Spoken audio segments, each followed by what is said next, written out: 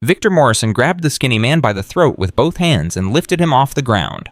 "You think you can ignore me?" Spit flew from his mouth. His face twisted with rage. "In my house, my house!" He slammed Danny Shaw against the concrete wall so hard the impact echoed through the entire gym. 40 inmates stopped breathing. The weights went silent. Even the guards froze. Big Vic, 260 pounds of prison muscle, cocked his fist back. Danny didn't struggle, didn't beg, didn't even blink. He just looked at Vic with eyes that held absolutely nothing. No fear, no anger, nothing. And that look made Victor Morrison angrier than he'd ever been in his entire life. "I'm gonna kill you," Vic whispered. He swung with everything he had. What happened in the next 3 seconds would change Blackstone Federal Penitentiary forever. Before I tell you what happened, make sure you subscribe to this channel and drop a comment telling me what city you're watching from. I want to see how far this story travels around the world. Now let me take you back to where this all began. Daniel Shaw had a rule: stay invisible. For 2 years that rule had kept him alive. He woke at 5. He ate alone. He spoke to no one. He practiced his movements in the corner of the yard where nobody bothered to look. And every single day he counted down toward his release. 731 days served. 422 to go. That was all that mattered, but Victor Morrison was about to change everything. "Who the hell is that guy, Tuss?" Razor Williams pointed across the cafeteria with his plastic fork. His eyes were fixed on the thin man sitting alone at the corner table eating oatmeal like he was in a restaurant instead of a federal prison. Vic didn't look up from his eggs. "Who? Oh, skinny dude. Corner table. Been here like 2 years and I just realized I don't know nothing about him." "Then he's nobody." "That's what I thought. But watch him, boss. Watch how he moves." Vic finally looked. The man was maybe 5'10", 160 pounds. Nothing special, nothing that should catch anyone's attention. But Razor was right. There was something. The way he held his spoon. The way his eyes tracked the room without seeming to move. The way he sat with his back against the wall positioned so he could see every entrance and exit.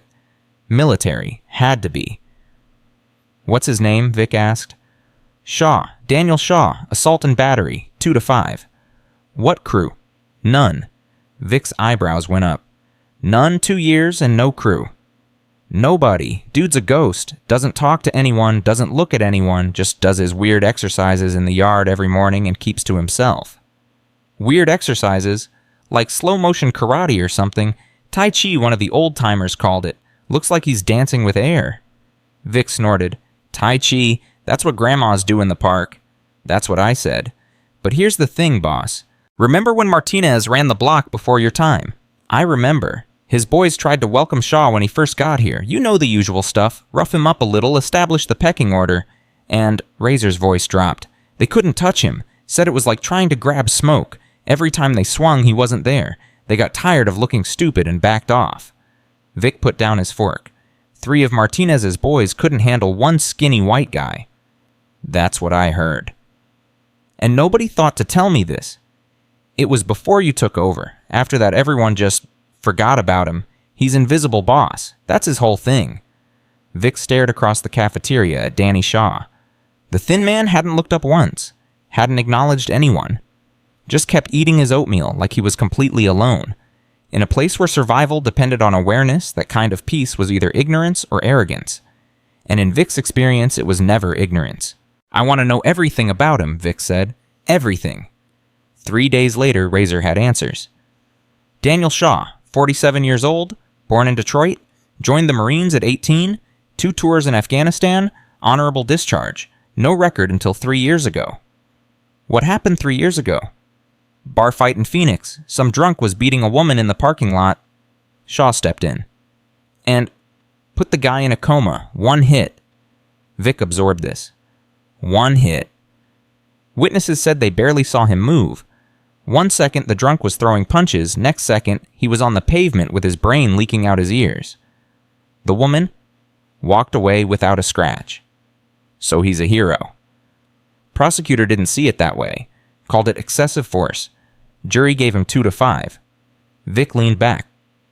Back processing. A Marine with combat training who could put a man in a coma with a single strike. That explained the confidence. That explained the calm. But it didn't explain the Tai Chi. What about this slow-motion dancing he does every morning? Razor pulled out a crumpled piece of paper. Asked around. Old man Carter knows something about it. says it's not what it looks like. Meaning that Grandma in the Park stuff is just the surface. The real Tai Chi, the original version, was designed to kill people. Something about using your enemy's force against them, redirecting energy, or some mystical crap like that. You believe that... I believe Carter's been locked up for 40 years and has seen things we haven't. What else did he say? Razor hesitated. He said if Shaw ever decides to stop being invisible, we should all be very, very careful.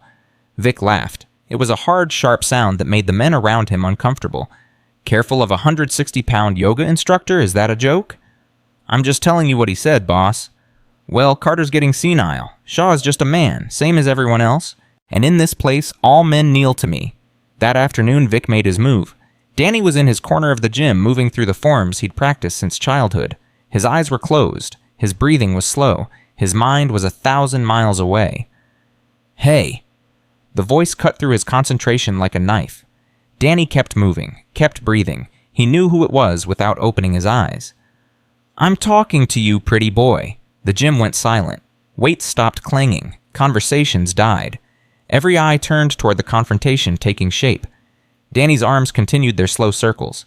Up, down, around, like clouds drifting across a summer sky. You deaf? Vic stepped closer. Or just stupid? Neither. Danny's eyes opened slowly. I just don't have anything to say to you. A ripple went through the watching inmates. Nobody talked to Big Vic Morrison like that. Nobody. Vic's crew materialized behind him. Razor, Tank, Snake, 2 others. 5 men, all loyal, all dangerous. You know who I am? Vic asked. Yes. Then you know what happens when someone disrespects me.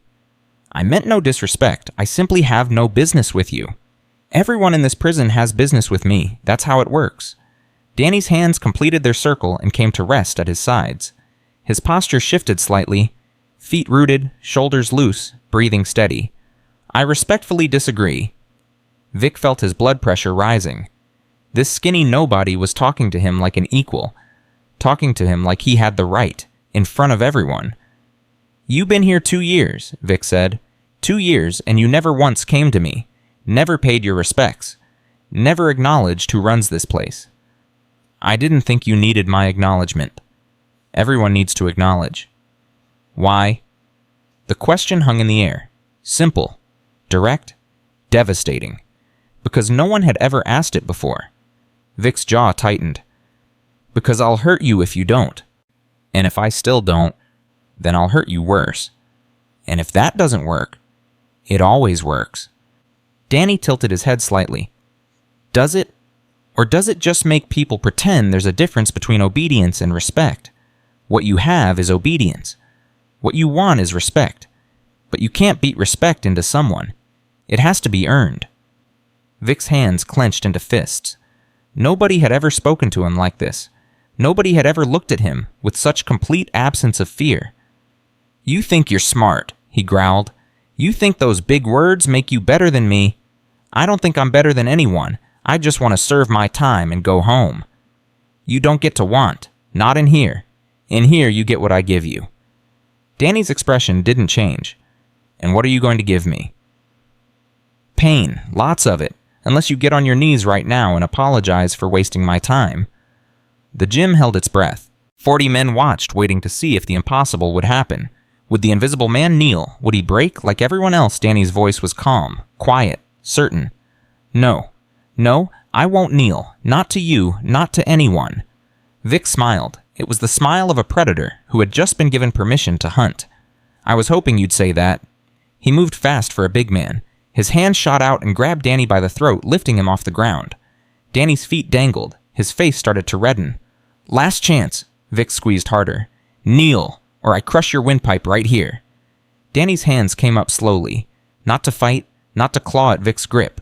They just rested lightly on Vic's wrist, like a friend reaching out for comfort. Let go, Danny said. His voice was strained but calm. Please. Please. Now you say please? Too late for manners, pretty boy. I'm not asking for me. I'm asking for you. Vic laughed. For me? You're worried about me. Yes. Why? Because if you don't let go, I'll have to make you, and I don't want to do that. The laughter died in Vic's throat. There was something in Danny's eyes now, something that hadn't been there before. Warning. "You'll make me," Vic squeezed harder. "How you gonna do that when you can't even breathe?" Danny's fingers moved, just slightly, just enough. Vic's hand spasmed, his grip released without his permission. Danny dropped to his feet, rubbing his throat. "What the hell?" Vic stared at his own hand like it belonged to someone else. "What did you do called pressure point? Temporary nerve disruption. Your grip will return in about 30 seconds. Vic's face twisted with rage. "You're dead." He swung, a massive right hook that had ended dozens of fights, all his weight behind it, all his anger, all his years of violence concentrated in a single devastating blow. Danny turned. Not away. Into. His body rotated like a door on a hinge. His palm came up barely touching Vic's chest, and Victor Morrison flew backward. Not fell. Flew. His own momentum, redirected and amplified, launched him through the air. He crashed into a weight rack, bringing it down with a thunderous clatter of iron and steel. He didn't get up. The gym erupted in chaos. "Vic!" Razor rushed forward, dropping to his knees beside his fallen leader. Tank moved toward Danny with murder in his eyes, but something stopped him. The way the thin man stood, the absolute stillness of his posture, the calm certainty in his gaze. "He's breathing," Razor reported, "but he's out cold. He's completely out." "What did you do?" Tank demanded. "I defended myself." "Bull, you barely touched him." "Sometimes that's enough." Guard Williams pushed through the crowd, his radio already crackling. "Medical to the gym. Inmate down. No visible injuries. Repeat, no visible injuries." He looked at Danny with a mixture of confusion and suspicion. "You don't move." "I wasn't planning to." Williams knelt beside Vic, checking for signs of trauma. Pulse was strong. Breathing was normal. No blood. No bruises. No indication of what had just happened. "What did you do to him?" Williams asked. "Redirected his energy. He'll wake up in a few minutes." "Redirected his... That doesn't make any sense." "I know." Dr. Rebecca Torres arrived within 5 minutes. Her examination was thorough and completely baffling. Every vital sign was normal. Every test came back clean. By all medical standards, Victor Morrison had simply decided to take a nap on the gym floor. But men like Vic didn't take naps. "He's waking up," Torres announced. Vic's eyes fluttered open. Confusion. Fear. Then rage. "Where?" He tried to sit up, failed. Tried again. "What happened?" "You lost," Danny said quietly. "It's over." Their eyes met across the chaos of the gym. Vic was supposed to be the predator. Danny was supposed to be the prey. But somehow, impossibly, the roles had reversed. "This isn't over," Vic growled. "You hear me? This isn't even close to over." "I hope you're wrong about that." Danny turned and walked toward the exit. The crowd parted before him. 40 men who had watched the impossible stepped aside like he was made of fire. Behind him, Vic Morrison made a silent promise. The invisible man had just become visible. Invisibility in Blackstone Federal Penitentiary was a death sentence. The story spread faster than wildfire. By lunch, every inmate in every cell block had heard some version of what happened. By dinner, the versions had multiplied into mythology. "He hit him with his mind, I swear to God." "No, man, it was some military black ops stuff. Dude's probably CIA." "I heard the Chinese government trained him to be an assassin." "My cousin knew a guy who could do that. Killed 3 men without leaving a mark." Old Man Carter sat in his usual corner of the yard watching the rumors spread like disease. 40 years in the system had taught him to separate truth from fiction. The truth was strange enough. "You saw it?" Professor Williams asked, settling beside him. "I saw it." "What really happened?" Carter was quiet for a long moment.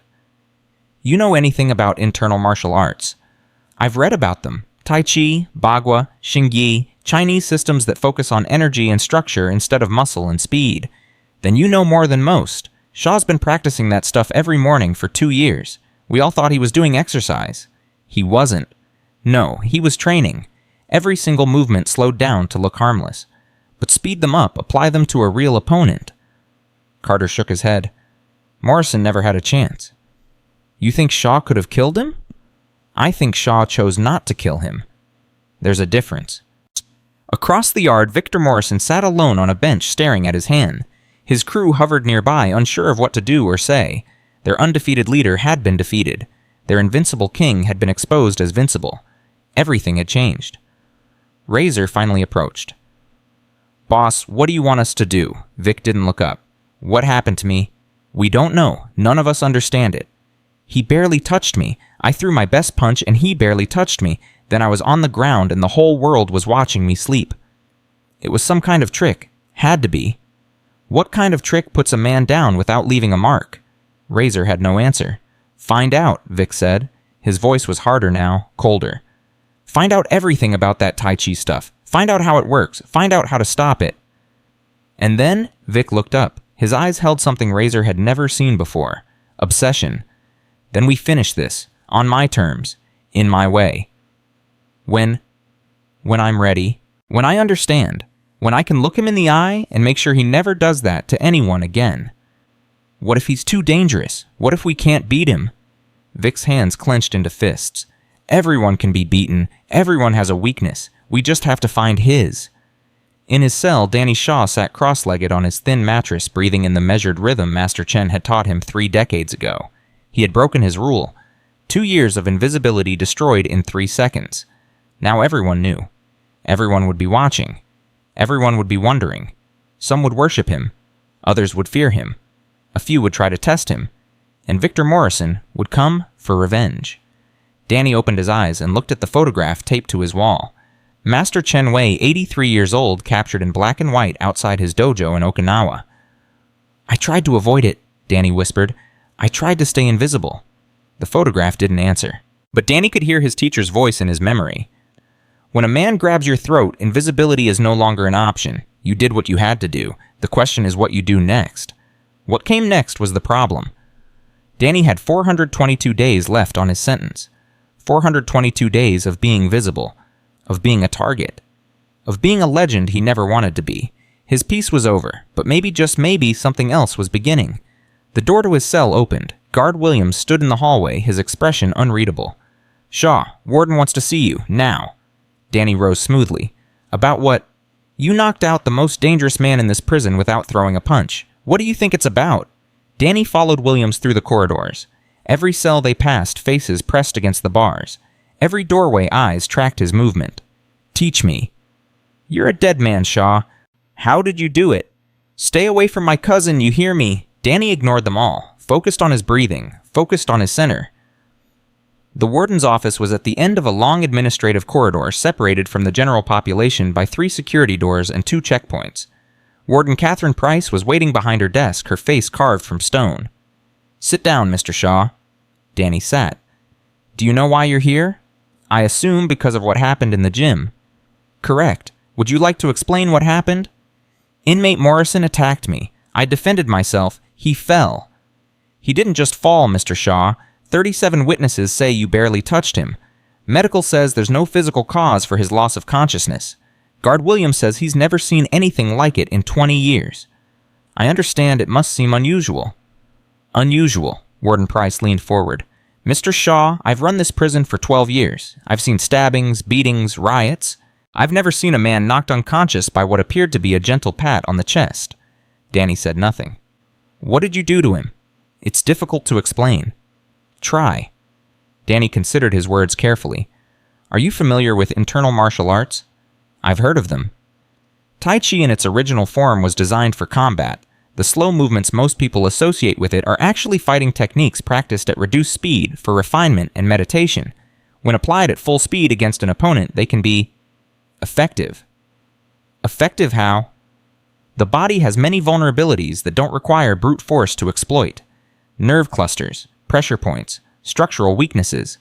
A skilled practitioner can use these vulnerabilities to disable an opponent without causing permanent damage. That's what you did to Morrison. Yes? And where did you learn these skills? I spent 3 years studying with a master in Okinawa during my military service. Before that, my grandfather taught me the basics when I was a child. Warden Price studied him for a long moment. "Mr. Shaw, I'm going to be direct with you. Victor Morrison has controlled the inmate population of this facility through fear and violence for 7 years. My guards are afraid of him. My staff is afraid of him. I have been unable to break his hold despite my best efforts. I understand. What you did today changed something. The balance of power has shifted. Morrison's reputation has been damaged, possibly beyond repair. I didn't intend for that to happen. Intention doesn't matter. Results do. Price stood and walked to her window, looking out over the yard. What do you intend to do now? Serve the remainder of my sentence and go home. That simple? Yes. Morrison won't let it be that simple. He'll come for you. I know. And when he does, I'll deal with it. Price turned back to face him. Mr. Shaw, I'm going to offer you something I've never offered an inmate before. Protection. I can have you transferred to a different cell block. Put you in protective custody if necessary. Keep you separated from Morrison and his crew. Danny shook his head. Thank you, but no. Why not?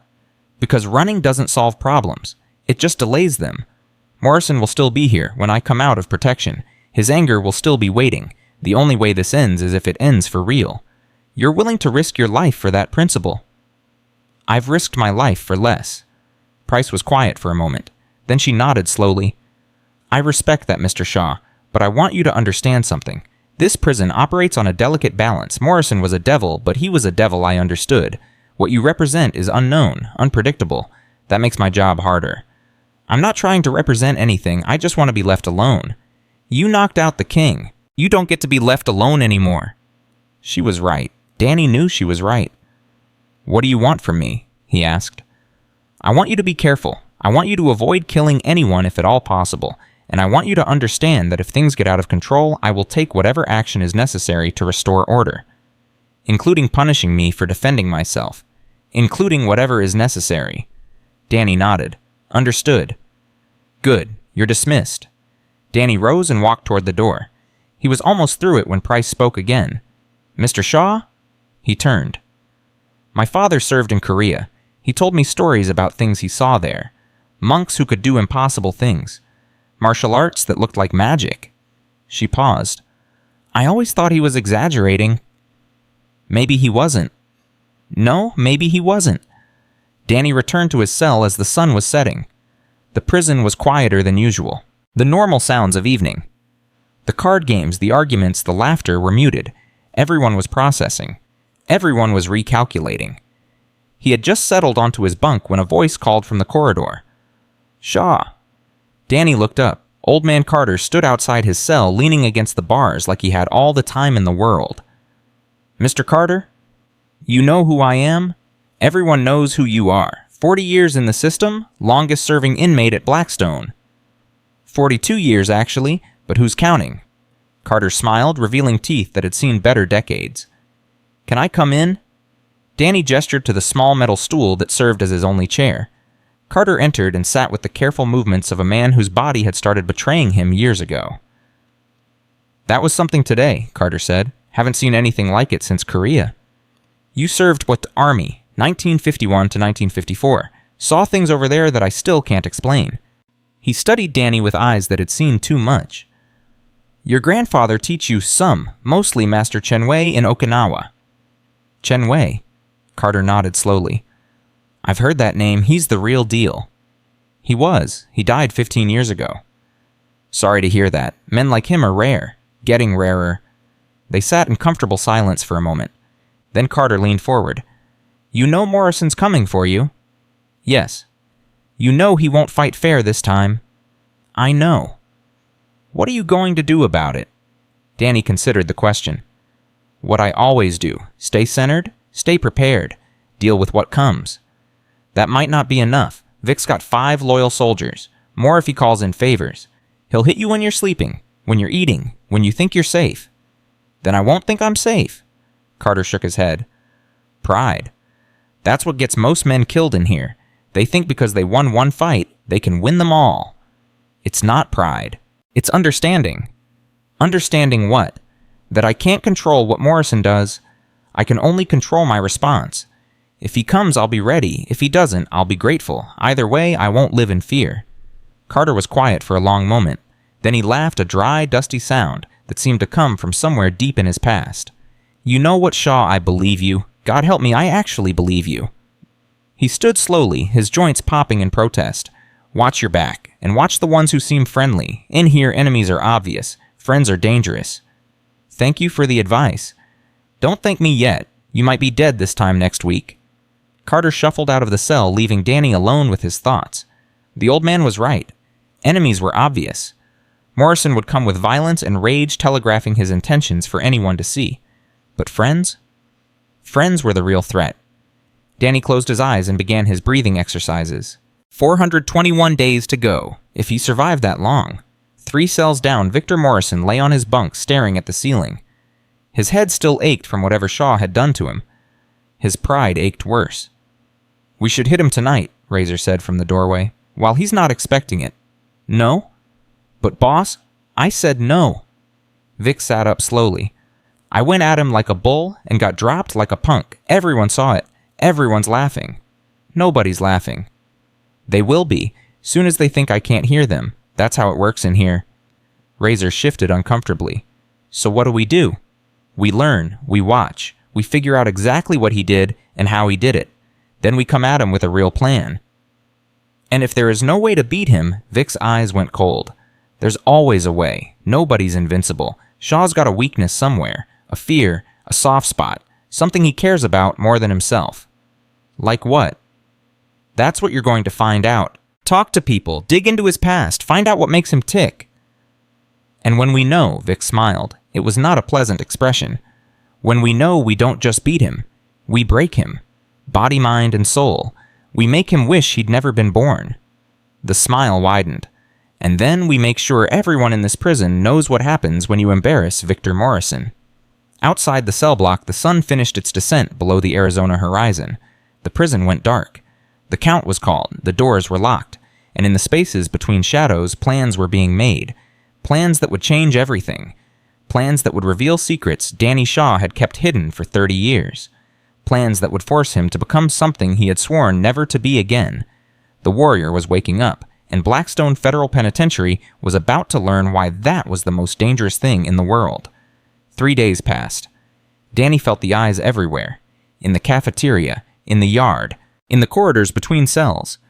Every inmate in Blackstone was watching him now, measuring him, trying to understand what they had witnessed. Some watched with fear, others with curiosity, a few with something that looked like hope. But Victor Morrison's crew watched with something else entirely. Hunger. "He hasn't changed his routine," Razor reported on the 4th morning. "Same time every day. 5 a.m. wake up, 6 a.m. practice in the yard, 7 a.m. breakfast alone, then work detail until noon." Vic nodded slowly. He had barely slept since the incident. Every time he closed his eyes, he felt that gentle touch on his chest. That impossible moment when his body stopped obeying him. "What about the practice? You figure out what he's doing." "I watched him for 2 hours yesterday. It's the same movements over and over. Slow circles, soft steps. Looks like nothing." "It's not nothing." "I know, boss, but I can't see how it works. It's like watching someone practice swimming on dry land." Tank stepped forward.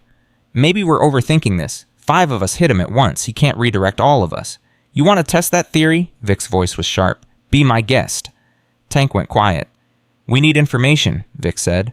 "Real information, not guesses. Someone in this prison knows something about what Shaw does. Find them."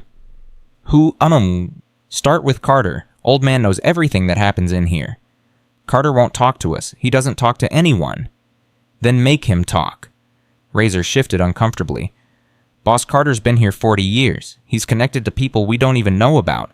If we push him too hard, I don't care about his connections. I care about understanding how a 160-pound yoga instructor put me on my back in front of the whole prison." His voice cracked on the last words. Not with anger, with something worse. Shame. "Find out what he knows," Vic repeated. "Whatever it takes." Day 5. Old man Carter was playing chess in the yard when Razor approached. The old man didn't look up from the board. "I know why you're here," Carter said. "Answer's no." "I haven't asked anything yet." "You want to know about Shaw, about what he does, about how to beat him." Carter moved his bishop 3 spaces. "No." "Mr. Morrison just wants to understand. Mr. Morrison wants revenge. That's not the same as understanding." Razor leaned closer. "Look, old man, I'm trying to be polite here, but if you don't help us, things might get difficult for you." Carter finally looked up. His eyes were rheumy with age, but something sharp lived behind them. "Son, I've been in this system since before your mother was born. I've watched men like Morrison come and go, big men, strong men, men who thought they could threaten their way through life." He returned his attention to the board. "They're all gone now. I'm still here. Think about what that means. Is that a threat? It's a history lesson, free of charge. Razor's hands clenched. He wanted to grab the old man, shake him, make him understand who he was dealing with, but something stopped him. The same instinct that had kept him alive for 15 years in the system. Carter wasn't afraid, just like Shaw wasn't afraid, and Razor was starting to understand that fearless men were the most dangerous kind. "Fine," he said. "We'll find another way." There is no other way. Shaw spent 30 years learning what he knows. You can't shortcut that with violence. Everything can be shortcut with violence. Carter smiled. It was not a kind expression. That's what Morrison thought too. How did that work out for him? Razor walked away without answering. Because there was no answer. Day 7. Danny was in the library when she found him. Dr. Rebecca Torres had been thinking about the incident for a week, running tests in her mind, reviewing everything she knew about neurology anatomy and the limits of human capability. Nothing explained what she had witnessed. "Mr. Shaw, do you have a moment?" Danny looked up from his book. "Dr. Torres, I've been wanting to speak with you about what happened in the gym. You examined Morrison. You know as much as anyone. I know he lost consciousness without any apparent cause. That's not the same as understanding." She sat across from him. "I'm a doctor. I need to understand." Danny closed his book. "What do you want to know?" "Everything. How does it work? How can a light touch render a man unconscious? It's not magic if that's what you're wondering." "Then what is it?" Danny considered his words. "The human body is an electrical system. Nerves carry signals. Muscles respond to those signals. The brain coordinates everything. I know basic anatomy." "Then you know the system has vulnerabilities. Nodes where signals can be interrupted, points where the right pressure can disrupt communication between brain and body." "Pressure points. I've read about them." "Reading about them and understanding them are different things. Most people think pressure points are like buttons. Push here, get this result, but it's more complex than that." "Explain." "It's about timing, energy, intent. The physical location is only part of it. You also need to understand how force moves through the body, how to redirect momentum, how to use an opponent's strength against them." Torres leaned forward. "And that's what you did to Morrison, used his own strength. He threw a punch with everything he had. All that force had to go somewhere. I simply guided it." "Guided it where?" "Back into his own nervous system, like a feedback loop that overloads a circuit." Torres was quiet for a moment. "That should be impossible." "Many things seem impossible until someone does them." "Could you teach it this technique?" Danny's expression shifted. Something closed behind his eyes. "No." "Why not?" "Because teaching someone to hurt people is a responsibility I don't take lightly. It took me 30 years to learn what I know. It took another 10 years to learn when not to use it." "I'm not asking because I want to hurt people. I'm asking because I want to understand." Understanding and application are not the same thing. You can understand the theory of nuclear physics without being able to build a bomb. Torres sat back. "You're afraid. That's what this is. You're afraid of what might happen if this knowledge spreads." "I'm cautious. There's a difference." "Is there?" Danny met her eyes. "Dr. Torres, you seem like a good person. You took a job in a prison because you wanted to help people who most of society has given up on. I respect that. But what I know is dangerous, not because it's secret or mystical, because it's effective. In the wrong hands, it could cause tremendous harm. And you think my hands are wrong? I think you don't know what you're asking for, and I hope you never have to find out." Torres stood. "Thank you for your time, Mr. Shaw." "Doctor?" She turned. "Be careful. Morrison's people are watching everyone who talks to me. They're looking for leverage, for weaknesses. I'm not afraid of Morrison. That's exactly what concerns me." Day 10? The attack came without warning. Danny was walking back to his cell after dinner when 3 men stepped out of an alcove. Not Morrison's crew. Different faces, younger, hungrier. "You're Shaw," the leader said. He was maybe 25, muscles built in prison Jim's eyes that had seen too much, too young. "Yes." "Heard you're some kind of ninja or something." "That's not accurate." "Whatever. Point is, you took down Big Vic, made him look stupid." The young man smiled. "That means you're the new top dog, and I want to see if the stories are true." Danny's stance shifted. Subtle. Almost invisible. "I have no interest in fighting you." That's too bad, because I got a lot of interest in fighting you. Why? Because if I beat you, I'm the guy who beat the guy who beat Morrison. That's worth something in here. And if you lose, then at least I tried. Better than sitting around waiting for my release like some punk. Danny sighed. What's your name? Marcus. Marcus Stone. Marcus, I'm going to give you one chance to walk away. Take it. Or what? Or I'll have to hurt you, and I really don't want to do that. Stone laughed.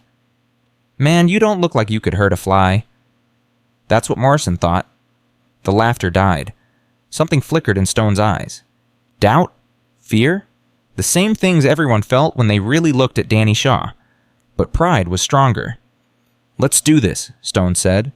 He swung. Danny moved. It was over in 2 seconds. Stone was on the ground, gasping for breath, his right arm twisted behind him at an angle that promised pain without permanent damage. Stay down, Danny said quietly. Please. I can't, Stone struggled. I can't feel my arm. Temporary. It'll come back in about 30 seconds. When it does stay down, this is over. It's not over until I say. Danny applied slightly more pressure. Stone screamed. I don't want to break your arm, but I will if you make me.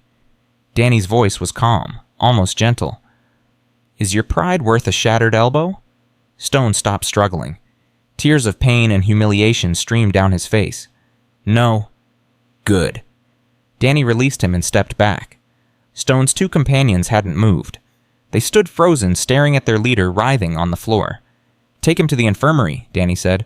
Tell them he fell. If anyone asks what really happened, remember this moment. Remember how fast it happened. Remember that I let him live. He walked away without looking back. Behind him, Stone's companions helped their leader to his feet. None of them said a word. But the story would spread. It always did. Day 12. 3 more tried him yesterday, Razor reported. Young bloods looking to make a name. And they're all in the infirmary. Nothing permanent. But Shaw put them down like they were children. Vic's jaw tightened. Every day brought new stories. New legends. The Invisible Man had become the most visible person in Blackstone, and every victory made Vic look weaker. We have to move, Tank said. Every day we wait, he gets stronger. More people respect him. More people fear him. We can't beat him straight up, Razor said. You saw what he did in the gym. You heard what he did to Stone and his boys. 5 against 1 won't matter if we can't touch him. Then we don't fight fair. Everyone turned to look at Snake.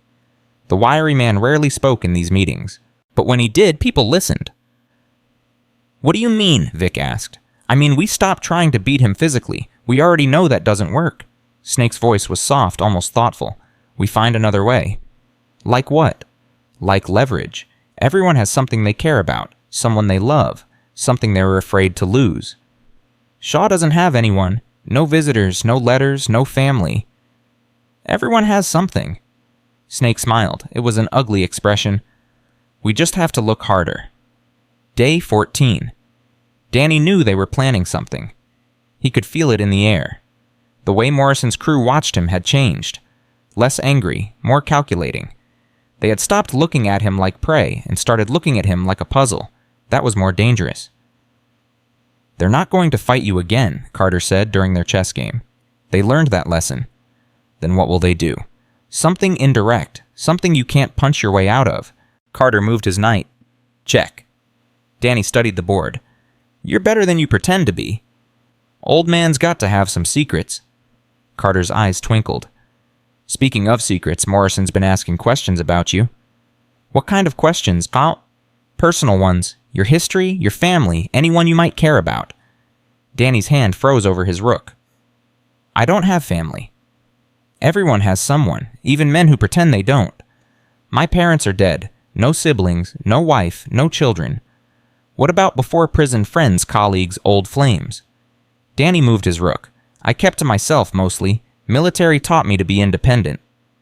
Nobody taught you that Tai Chi stuff. Someone did. Someone you cared about. Danny was quiet for a long moment. His name was Chen Wei. He died 15 years ago. Anyone else? Anyone who might still be alive? Why are you asking? Carter leaned forward. Because Morrison's people are digging sun. And when they dig, they find things. Things that can be used. Things that can hurt. There's nothing to find. You sure about that? Danny thought about Sarah, the nurse he'd dated for 3 years before prison, the woman who had testified on his behalf at his trial, the woman who still sent him letters every month even though he never wrote back. He hadn't told anyone about her, hadn't mentioned her name to a single person in Blackstone, but if Morrison was digging... "I need to make a call, right?" Danny said. "The phones are monitored." "I know." "Morrison might already be listening." "I know that too." Carter shook his head. "Whatever you're planning, be careful. Men like Morrison don't just want to win, they want to destroy." "I understand. I hope so, because if you don't, someone's going to get hurt, and it might not be you." Day 15. The phone call lasted 3 minutes. "Hello?" Sarah's voice was exactly as Danny remembered. Warm, kind. A little surprised to hear from him. "It's me." "Danny, oh my God, are you okay? I heard there was some kind of incident." "I'm fine. Listen to me. This is important." "What's wrong?" "I need you to stop writing, stop visiting, stop having any contact with me." Silence. Then, what? Why? "Because it's not safe. There are people here who want to hurt me, and they might try to hurt you to get to me." "Danny, you're scaring me." "Good. You should be scared. These aren't the kind of people who play by rules. They'll find you, watch you, maybe worse." "Maybe worse? What does that mean?" Danny closed his eyes. "It means I need you to disappear. Change your address. Change your phone. Don't tell anyone where you're going." "This is insane. I'm not going to uproot my entire life because of some prison bullies." "Sarah, please." "No, I waited 3 years for you. I testified in front of a judge. I visit you every month, even though you barely talk to me. I'm not running away because you're suddenly scared. I'm not scared for me. I'm scared for you." "Then handle it. You're always talking about how your training prepared you for anything, so handle it." "I'm trying, but I can't protect you from here." "Then maybe you should have thought about that before you put that man in a coma." The words hit like a punch. Danny said nothing. "I'm sorry," Sarah said. "I didn't mean that." "Yes, you did. And you're right. I made choices. This is the consequence." "Danny, I have to go. Please think about what I said." "Don't do this. Don't push me away." "I'm trying to keep you safe. By disappearing, by pretending I don't exist. If that's what it takes, it's not fair. I know, I'm sorry." "Danny?" He hung up. For a long moment he stood with his hand on the phone, breathing slowly, fighting the emotions that threatened to overwhelm him. Love was weakness. Master Chen had warned him about this. Attachment creates vulnerability. Connection creates targets. A warrior who truly wants to protect someone must be willing to let them go. Danny had thought he understood. Now he realized understanding and accepting were very different things. Day 17. "His name's Danny Shaw. He's in prison in Arizona, ex-military, some kind of martial arts expert." The man on the other end of the phone wrote down the information. "And what do you want me to do?" "Find out everything about him. Family, friends, anyone he might care about." "That'll cost extra." "I don't care about the cost. I care about results." "When do you need it?" "Yesterday." The man laughed. "Give me a week. I'll have everything you need." Razor hung up the payphone and walked back to the cell block. Morrison was waiting. "Well?" "He's on it. Private investigator out of Phoenix. Used to be a cop. Knows how to dig." "Good." "Boss, this is going to cost. We're talking 5, maybe 10,000. "I have the money." "From where?" Vic's eyes went cold. "That's not your concern. Your concern is making sure that when we find Shaw's weakness, we're ready to use it. And if he doesn't have one..." "Everyone has one. Shaw just hides his better than most." Vic smiled. It was the first genuine smile he'd worn in weeks. "But we're going to find it. And when we do, we're going to destroy him from the inside out." Day 19. Danny felt the change. Something had shifted in the prison. The usual watching eyes had intensified. Morrison's crew seemed almost excited now, trading glances and whispered conversations whenever Danny walked past. They knew something, or they thought they did. "You need to be careful," Professor Williams said during their library session. "I've been hearing things." "What kind of things?" Morrison reached outside, hired someone to investigate your past. Danny's blood ran cold. "How do you know that..." I know people who know people. That's how information flows in here. What did they find? I don't know yet, but whatever it is, Morrison's been smiling, and that man hasn't smiled since you put him on the floor. Danny thought about Sarah, about the phone call, about everything he'd tried to do to protect her. Had it been enough? Or had he already lost the game before he even knew it was being played? I need a favor, Danny said. Name it. I need to get a message to someone on the outside without Morrison knowing. Williams raised an eyebrow. That's dangerous. I know. Who's the message for someone I care about, someone who might be in danger because of me? Williams was quiet for a moment, then he nodded. I might know someone who can help, but it'll take time. How much time? A few days, maybe a week. Danny closed his eyes. A week. 7 days. 168 hours for Morrison to make his move. It wasn't enough, but it was all he had. Do it, Danny said. Please. Day 21. The private investigator called with his report. Found her. Sarah Mitchell, lives in Scottsdale. Nurse at Banner Desert Medical Center. Been visiting your guy every month for 3 years. Razor wrote down the information. Anything else? They were together before he went inside. Serious relationship. She testified at his trial, tried to get his sentence reduced. Where does she live? I'm not giving you that. What? Address, personal information, anything that could be used to hurt her, that's not what I do. I find information. What you do with it is your business, but I'm not going to be responsible for some woman getting hurt. We're paying you. You're paying me to investigate, not to facilitate assault. You want her address, find it yourself. The line went dead. Razor stared at the phone. He hung up on me. Doesn't matter, Vic said. We have her name, we have where she works. That's enough. Enough for what? Vic's smile returned. The cold, predatory expression that had made him the king of Blackstone for 7 years. Enough to send a message that Shaw can't ignore. Day 22. The letter arrived during mail call. Danny recognized Sarah's handwriting immediately, but something was wrong.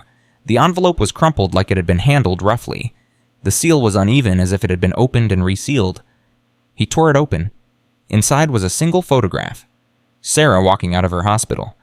Taken from a distance, but clear enough to recognize. And on the back, written in block letters that weren't hers. Nice girlfriend. Would be a shame if something happened to her. Danny's hands started to shake. Not with fear, with rage. A white-hot fury that he hadn't felt in 15 years. The same fury that had put a man in a coma in a Phoenix parking lot. The same fury that had ended his career, his freedom, his life.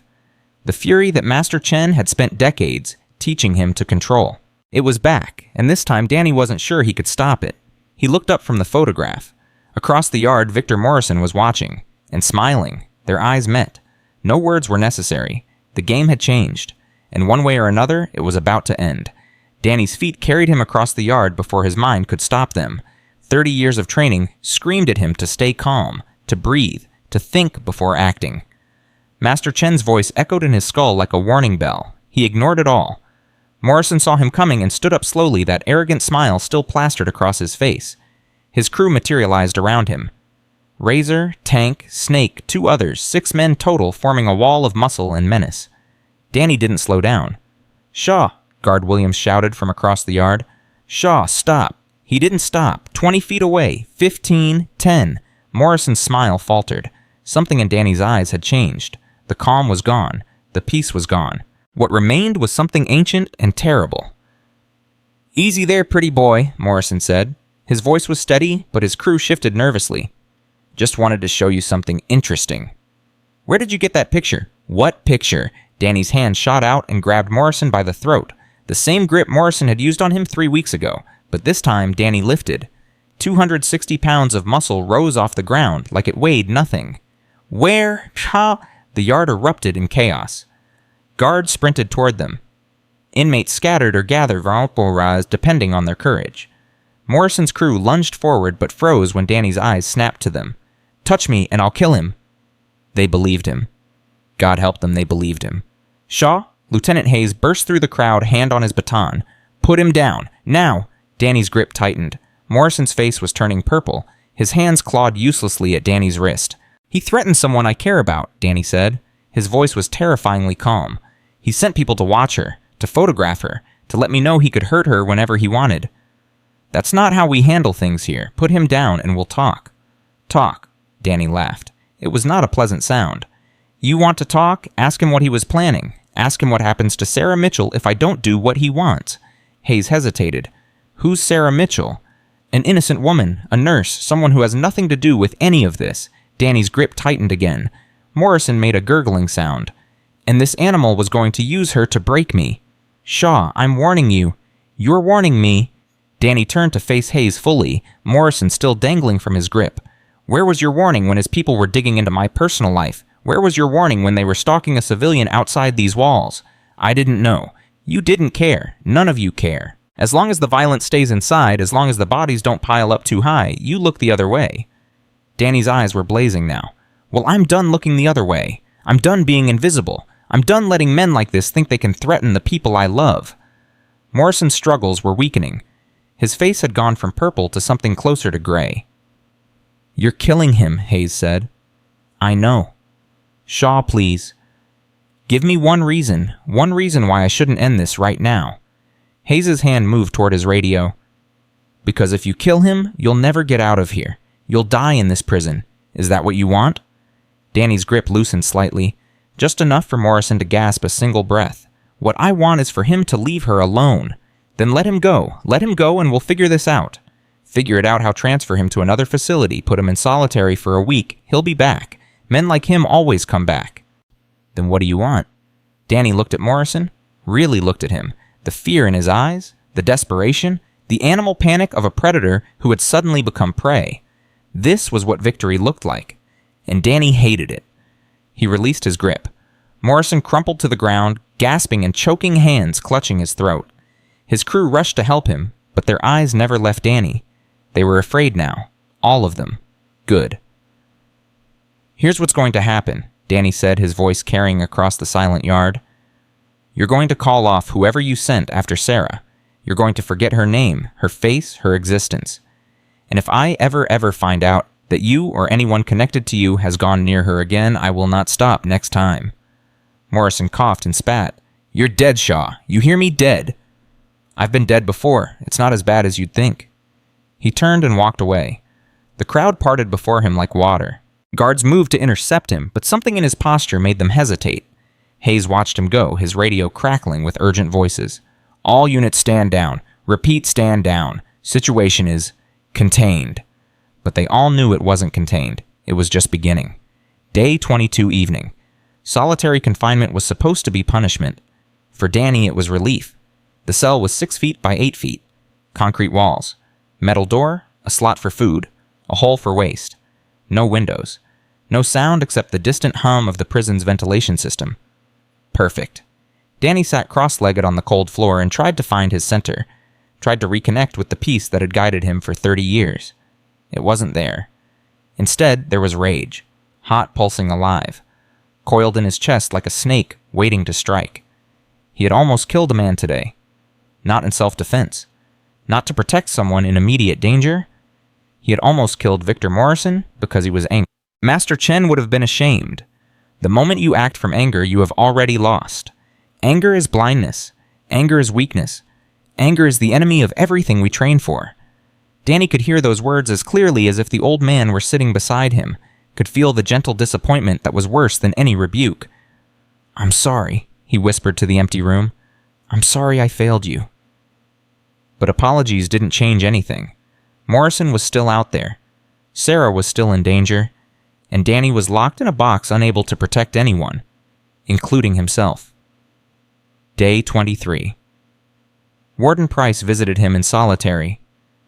Mr. Shaw, we need to talk. Danny didn't open his eyes. About what happened yesterday. About the accusations you made regarding inmate Morrison.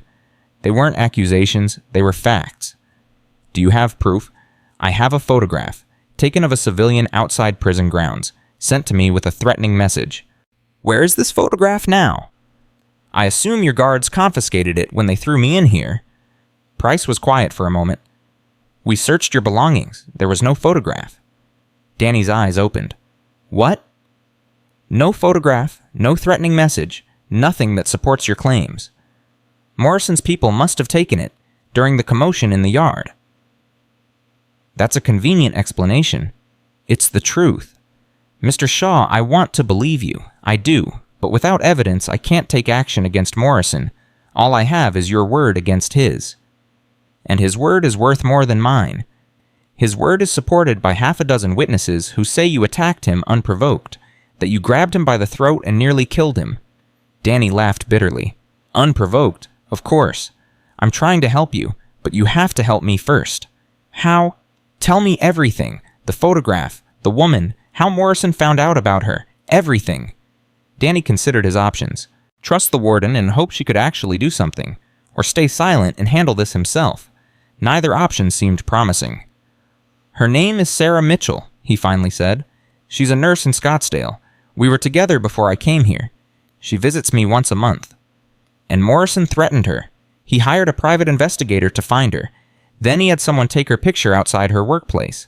Sent it to me with a note saying it would be a shame if something happened to her. Why would he do that? Because I embarrassed him. Because I made him look weak, and men like Morrison can't tolerate weakness. Price absorbed this. I'll look into it. But Shaw, you have to understand, even if what you're saying is true, there's only so much I can do. Morrison has connections, influence, people on the outside who do favors for him. I know. If you keep pushing this, it won't end well, for you or for your friend. Is that a threat? It's a reality check. You're a prisoner. You have limited options. Morrison, for all his faults, operates within a system I can at least partially control. You push him too far, he'll find ways to hurt you that I can't prevent. Danny met her eyes. Then I'll find ways to hurt him that you can't prevent either. That's not the answer. Maybe not, but it's the only one I have. Day 24. They released him from solitary after 48 hours. The prison felt different now. The usual noise was muted. Inmates who had once ignored him now watched with something between fear and awe.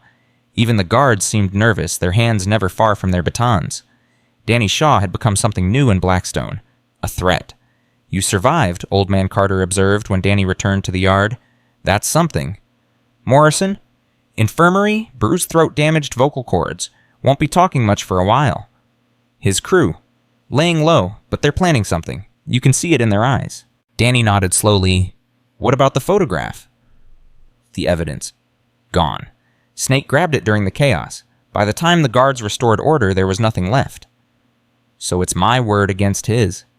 Always was. Morrison's been here 7 years. He knows how to play this game. Danny sat down on the bench beside Carter. For a long moment, neither man spoke. I lost control, Danny finally said. Everything I've trained for, everything I believe in, I threw it away because I was angry. You're human. Humans get angry. That's not an excuse. No, but it's a reality. Carter shifted his weight, his old joints protesting. You know what I've learned in 40 years, inside control is an illusion. We'd like to think we're in charge of ourselves, but the truth is we're all just one bad moment away from becoming someone we don't recognize. That's not very encouraging. It's not supposed to be. It's supposed to be honest. Carter paused. The question isn't whether you'll lose control again. You will. We all do. The question is what you do after. What did you do after your bad moment? Carter's eyes went distant. I killed a man. Summer of 1982. He'd been hurting my daughter, touching her when no one was looking. When I found out, I lost myself. Completely. By the time I came back, he was dead and my life was over. I'm sorry. Don't be. I made a choice. I live with it. Carter's gaze returned to the present. Point is, the monster lives in all of us. The training you've done, the control you've built, it's a cage, not a cure. The monster's still there, always will be. Then what's the point? If we can't really control it, why bother trying? Because trying is what makes us human. Because every day you keep that cage locked is a victory, even if no one else knows it. Carter smiled slightly. And because sometimes, just sometimes, the monster gets out and does something that needed to be done. Like what you did to that man. Like what you almost did to Morrison. Carter's voice dropped. I'm not saying it was right. I'm saying I understand. Danny was quiet for a long time. She's still in danger, Sarah. As long as Morrison is breathing, she's a target. Then protect her. How I'm locked in here. I can't even make a phone call without it being monitored. There are other ways. People who owe favors. Connections that run deeper than prison walls. I don't have those kinds of connections. No, but I do. Danny turned to look at the old man. "What are you saying?" "I'm saying 40 years is a long time. Long enough to build a network. Long enough to know people who know people." Carter's expression was unreadable. "If you want, I can make some calls. Get someone to keep an eye on your Sarah. Make sure Morrison's reach doesn't extend as far as he thinks." "Why would you do that for me?" "Because you remind me of myself, before I became this." At those, Carter gestured at his weathered body, his prison clothes, his lifetime of regret. "Because maybe if someone had helped me back then, things would have turned out different." Danny considered the offer. It felt like a deal with the devil, accepting help from a convicted murderer to protect the woman he loved. But what choice did he have? "Do it, Solm," he said. "Please." Carter nodded slowly. "It's done. By tomorrow, Sarah Mitchell will have more protection than she realizes." "Thank you." "Don't thank me yet. This isn't free." "What do you want?" Carter's eyes met his. "Teach me." "What?" "The things you know. The training that let you lift a 260-pound man off the ground like he weighed nothing." Carter's voice was intense now. "I'm 73 years old. I'll probably die in this prison, but before I go, I want to understand what you understand. I want to feel what you feel. It takes decades to learn what I know. I don't have decades, but I have however long I have left, and I'd rather spend it learning something meaningful than rotting in this cage." Danny studied the old man's face. The desperation there, the hunger for something beyond the walls, and the routine and the slow march toward death. He understood that hunger. "All right," Danny said. "We start tomorrow." Day 25. The first lesson was simple. "Breathe," Danny said. Carter tried. "I am breathing." "No, you're moving air. There's a difference." Danny demonstrated his chest expanding and contracting with exaggerated slowness. "Breathing is intentional. Every inhale draws energy into your body. Every exhale releases tension. When you breathe correctly, you feel the difference everywhere." "How will I know when I'm doing it right?" "You'll feel connected to yourself, to the ground beneath you, to the air around you, like everything is part of the same system." Carter closed his eyes and tried again. This time, Danny watched his shoulders drop slightly, his jaw unclenched, his hands relaxed. "Better," Danny said. "Much better. That's it, just breathing. That's the foundation. Everything else builds on this. How long until I can do what you did to Morrison?" "Years, maybe never." "That's encouraging." Danny smiled slightly. "I didn't say it would be easy. I said I would teach you. What you do with the teaching is up to you." Their session was interrupted by a commotion near the cell block. Raised voices, running feet, the unmistakable tension that preceded violence. "Stay here," Danny said. He moved toward the disturbance, his senses sharpening. Other inmates were converging from all directions, drawn by the promise of conflict. At the center of the crowd, two men were facing off. One was Marcus Stone, the young blood who had challenged Danny weeks ago. The other was Razor Williams. "Say it again, Kush," Stone snarled. "Say it to my face." "I said you're pathetic. Couldn't even last 5 seconds against Shaw. What makes you think you can play with the big boys?" "I'll show you who's pathetic." Stone lunged. Razor sidestepped and drove an elbow into Stone's kidney. The younger man collapsed, gasping. "See pathetic." Razor kicked him in the ribs. "Morrison sends his regards. Says thanks for the entertainment." He drew back for another kick, but a hand caught his ankle. Danny's hand. "That's enough." Razor tried to pull free. Couldn't. Danny's grip was like iron. "Let go, Shaw. This isn't your business." "You made it my business when you started kicking a man who was already down. He's a punk who needs to learn his place." "And what's his place? Below you, below Morrison." "Below anyone who matters, which means below everyone." Danny released his ankle. "Walk away." "Or what? You'll grab me by the throat, too. The warden can't protect you forever." "I don't need the warden's protection." Razor laughed. "Yeah, Morrison's almost healed. Soon as he can talk again, he's coming for you, and this time he's not going to be gentle. Tell him I'll be waiting." Big words from a dead man. Razor walked away, his crew falling in behind him. The crowd dispersed slowly, buzzing with whispered conversations. Danny helped Stone to his feet. "You okay?" Stone spat blood. "Why did you help me after what I tried to do to you?" "Because what you did was stupid. What they were doing was cruel. There's a difference."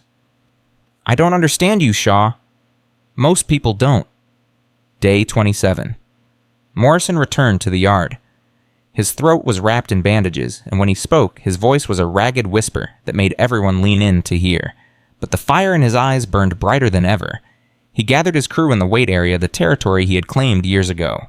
Danny watched from across the yard, continuing his morning practice. Their eyes met. Morrison drew a finger across his throat. The universal gesture. The promise of death. Danny didn't react. Just kept moving through his forms. Slow, steady, peaceful. Inside, the monster stirred. "He's not going to stop," Carter observed. "You know that, right?" "I know." "So what's the plan?" Danny's arms completed their circle and came to rest at his sides. "I'm still figuring that out."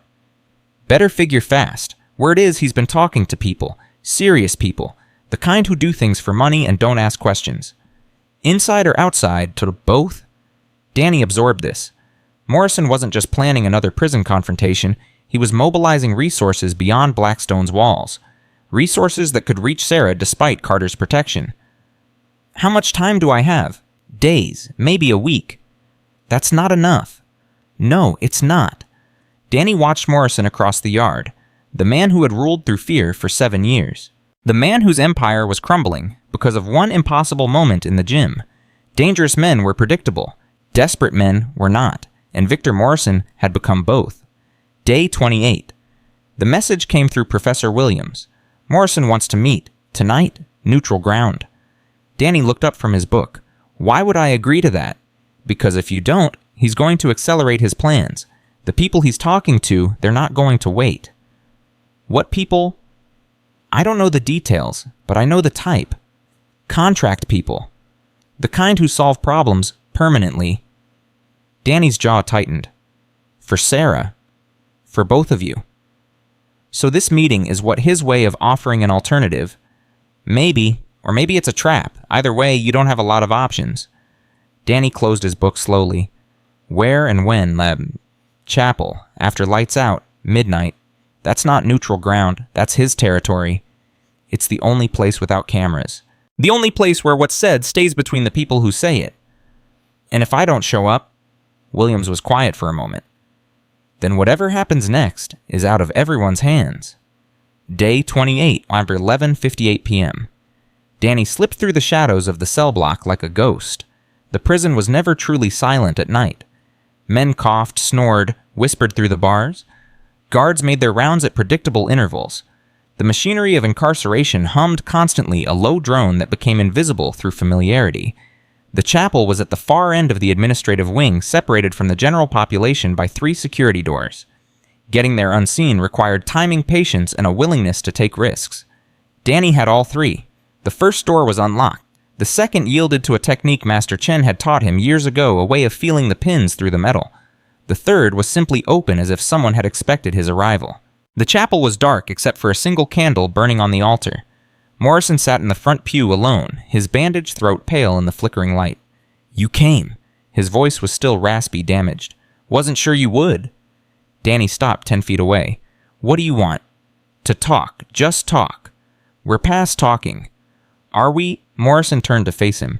In the candlelight, his eyes looked almost human. "I've been thinking a lot these past few days. About what happened. About what I was planning. About what it all means." "And what did you conclude?" "That we're both trapped. You and me. Stuck in a cycle that's going to destroy us both." "You started that cycle." "Did I? Or was it always going to happen? You came here invisible, hidden, pretending to be nothing. But you were never nothing, Shaw. You were always a threat. I just saw it before anyone else." Danny said nothing. Morrison continued. "In here, threats have to be eliminated. That's the rule. You don't negotiate with threats. You don't coexist with them. You destroy them before they destroy you." "And now? Now I'm tired." Morrison laughed softly, a sound that turned into a cough. "You know what I was before I came here, a fighter. Professional MMA. I was good too. Could have been champion. Then I broke a man's neck in a street fight and everything ended. Is there a point to this?" "The point is, I've been fighting my whole life. Fighting to survive. Fighting to be respected. Fighting to be feared. And all it got me was this." He gestured at the chapel, the prison beyond the bandages on his throat. 20 more years in a cage, and the only thing I'm good at is hurting people. Danny's stance softened slightly. Not much, but enough. Why are you telling me this? Because I want to make a deal. What kind of deal? Morrison stood slowly. I call off the people I hired. You leave me alone. We coexist for however long we're both stuck in here. No more escalation, no more threats, just two men serving their time. And Sarah, she's safe. I give you my word. Your word, Danny's voice hardened. The word of a man who had her photographed, who threatened to hurt her to get to me. The word of a man who's run out of options, same as you. Danny studied Morrison's face, looking for the lie, the trap, the angle. He couldn't find one, which was perhaps the most dangerous sign of all. Why should I trust you? Because I'm telling you the truth, because I'm tired of fighting a war I can't win, because for the first time in my life I met someone I can't beat. Morrison's voice cracked, and I don't know what to do with that. The silence stretched between them. Two men, two warriors, two sides of the same broken coin. Okay, Danny said finally. Okay?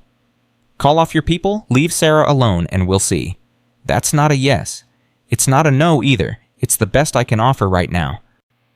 Morrison nodded slowly. I can work with that. He extended his hand, a gesture of peace, of surrender. Danny looked at it for a long moment. Then he took it. Their grip was firm, brief, honest in a way that words could never be. This doesn't mean I forgive you, Danny said. I know. And if you ever threaten her again, I won't. Then we're done here. Danny turned to leave. He was almost at the door when Morrison's voice stopped him. Shaw? He turned. Morrison stood in the candlelight, his bandaged throat pale, his eyes carrying something that might have been respect. For what it's worth, I'm sorry, not for trying to beat you, but for going after her. That was wrong. I knew it was wrong when I did it. Then why did you do it? Because I was scared. Scared of what you represented. Scared of losing everything I'd built. Morrison's voice was barely a whisper now. You showed me I was already losing it. I just didn't want to see. Danny nodded once. Then he slipped back into the shadows. Behind him, Morrison sank to his knees. And in the silence of the chapel, for the first time in 43 years, Victor Morrison began to cry. Day 29. The news spread through Blackstone like wildfire. Morrison and Shaw, together, in the chapel, alone.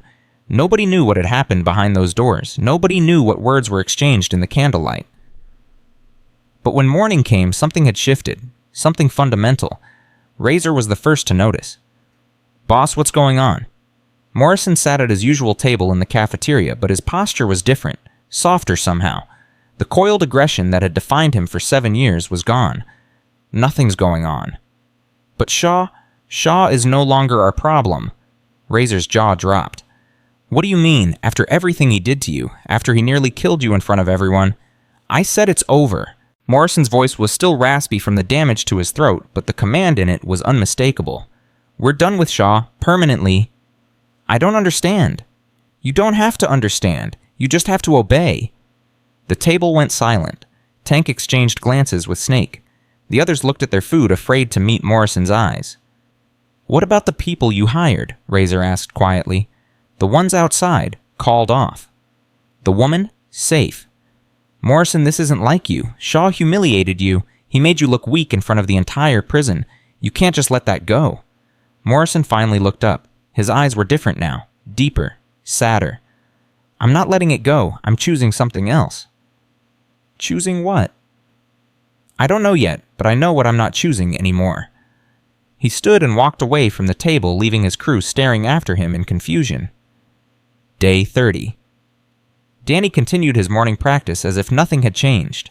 But everything had changed. The inmates who had once watched him with fear now watched with something closer to curiosity. The guards who had treated him like a threat seemed almost respectful. Even the air felt different, lighter somehow. You made a deal with the devil, Carter said, settling onto his usual bench. I made a deal with a man. Same thing in here. Danny's arms completed their circle. Maybe? Or maybe Morrison was never the devil we thought he was. You really believe that? I believe people can change. I believe desperation can become wisdom. I believe even the worst of us carries something worth saving. Carter snorted. 40 years in this system taught me the opposite. Then maybe it's time to learn something new. They were interrupted by a commotion near the cell block, raised voices, running feet, the familiar prelude to violence. Danny moved toward the sound, Carter following slowly behind. At the center of the crowd, Razor Williams stood facing Morrison. "You're a coward!" Razor's voice shook with rage. "A pathetic coward. 7 years I followed you. 7 years I did your dirty work. And now you're just going to roll over because some skinny yoga freak embarrassed you." Morrison's expression didn't change. "Careful, Razor. Careful. That's your answer? Be careful, huh?" Razor spat at Morrison's feet. "You're finished. You know that, right? The moment you showed weakness, you stopped being king. Now you're just another inmate waiting to die. Maybe that's all you have to say. What do you want me to say, Razor? That I'm going to kill Shaw? That I'm going to prove I'm still the biggest, baddest animal in the cage?" Morrison shook his head slowly. "I'm tired of being an animal. I'm tired of proving things to people who don't matter." "I don't matter after everything I did for you. You did things for yourself. You stayed close to me because it gave you power, protection, status. Don't pretend it was loyalty." Razor's face twisted. "You ungrateful piece of..." He lunged at Morrison. What happened next shocked everyone watching.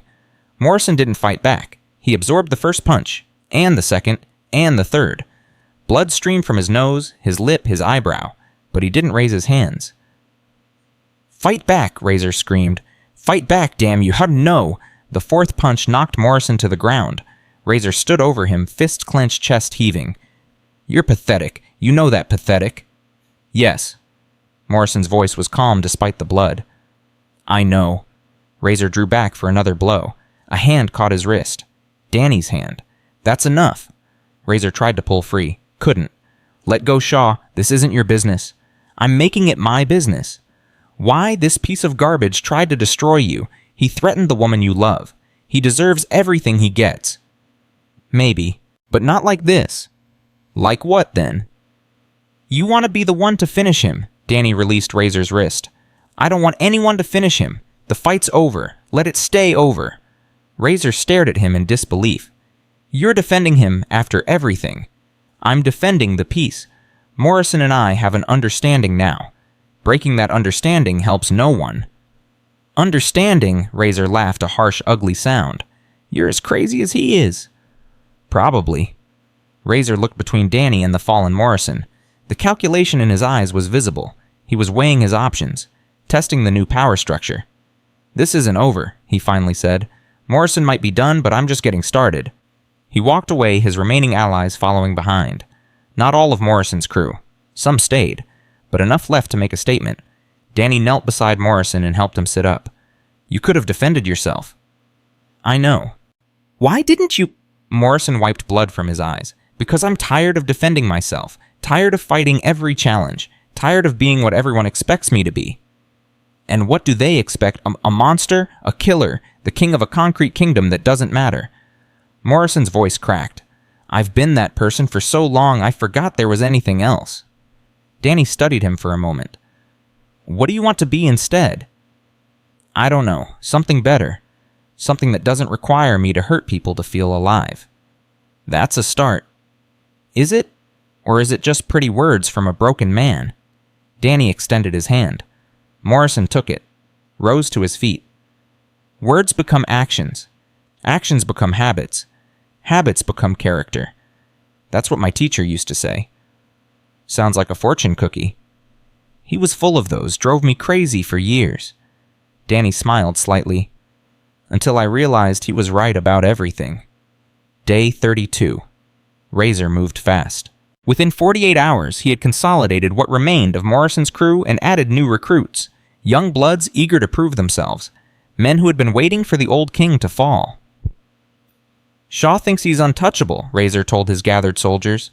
"Morrison thinks he can just walk away from 7 years of running this place. They're both wrong." "What's the plan?" Tank asked. He had stayed loyal to Morrison until the beating. After that, he had made his choice. "The plan is simple.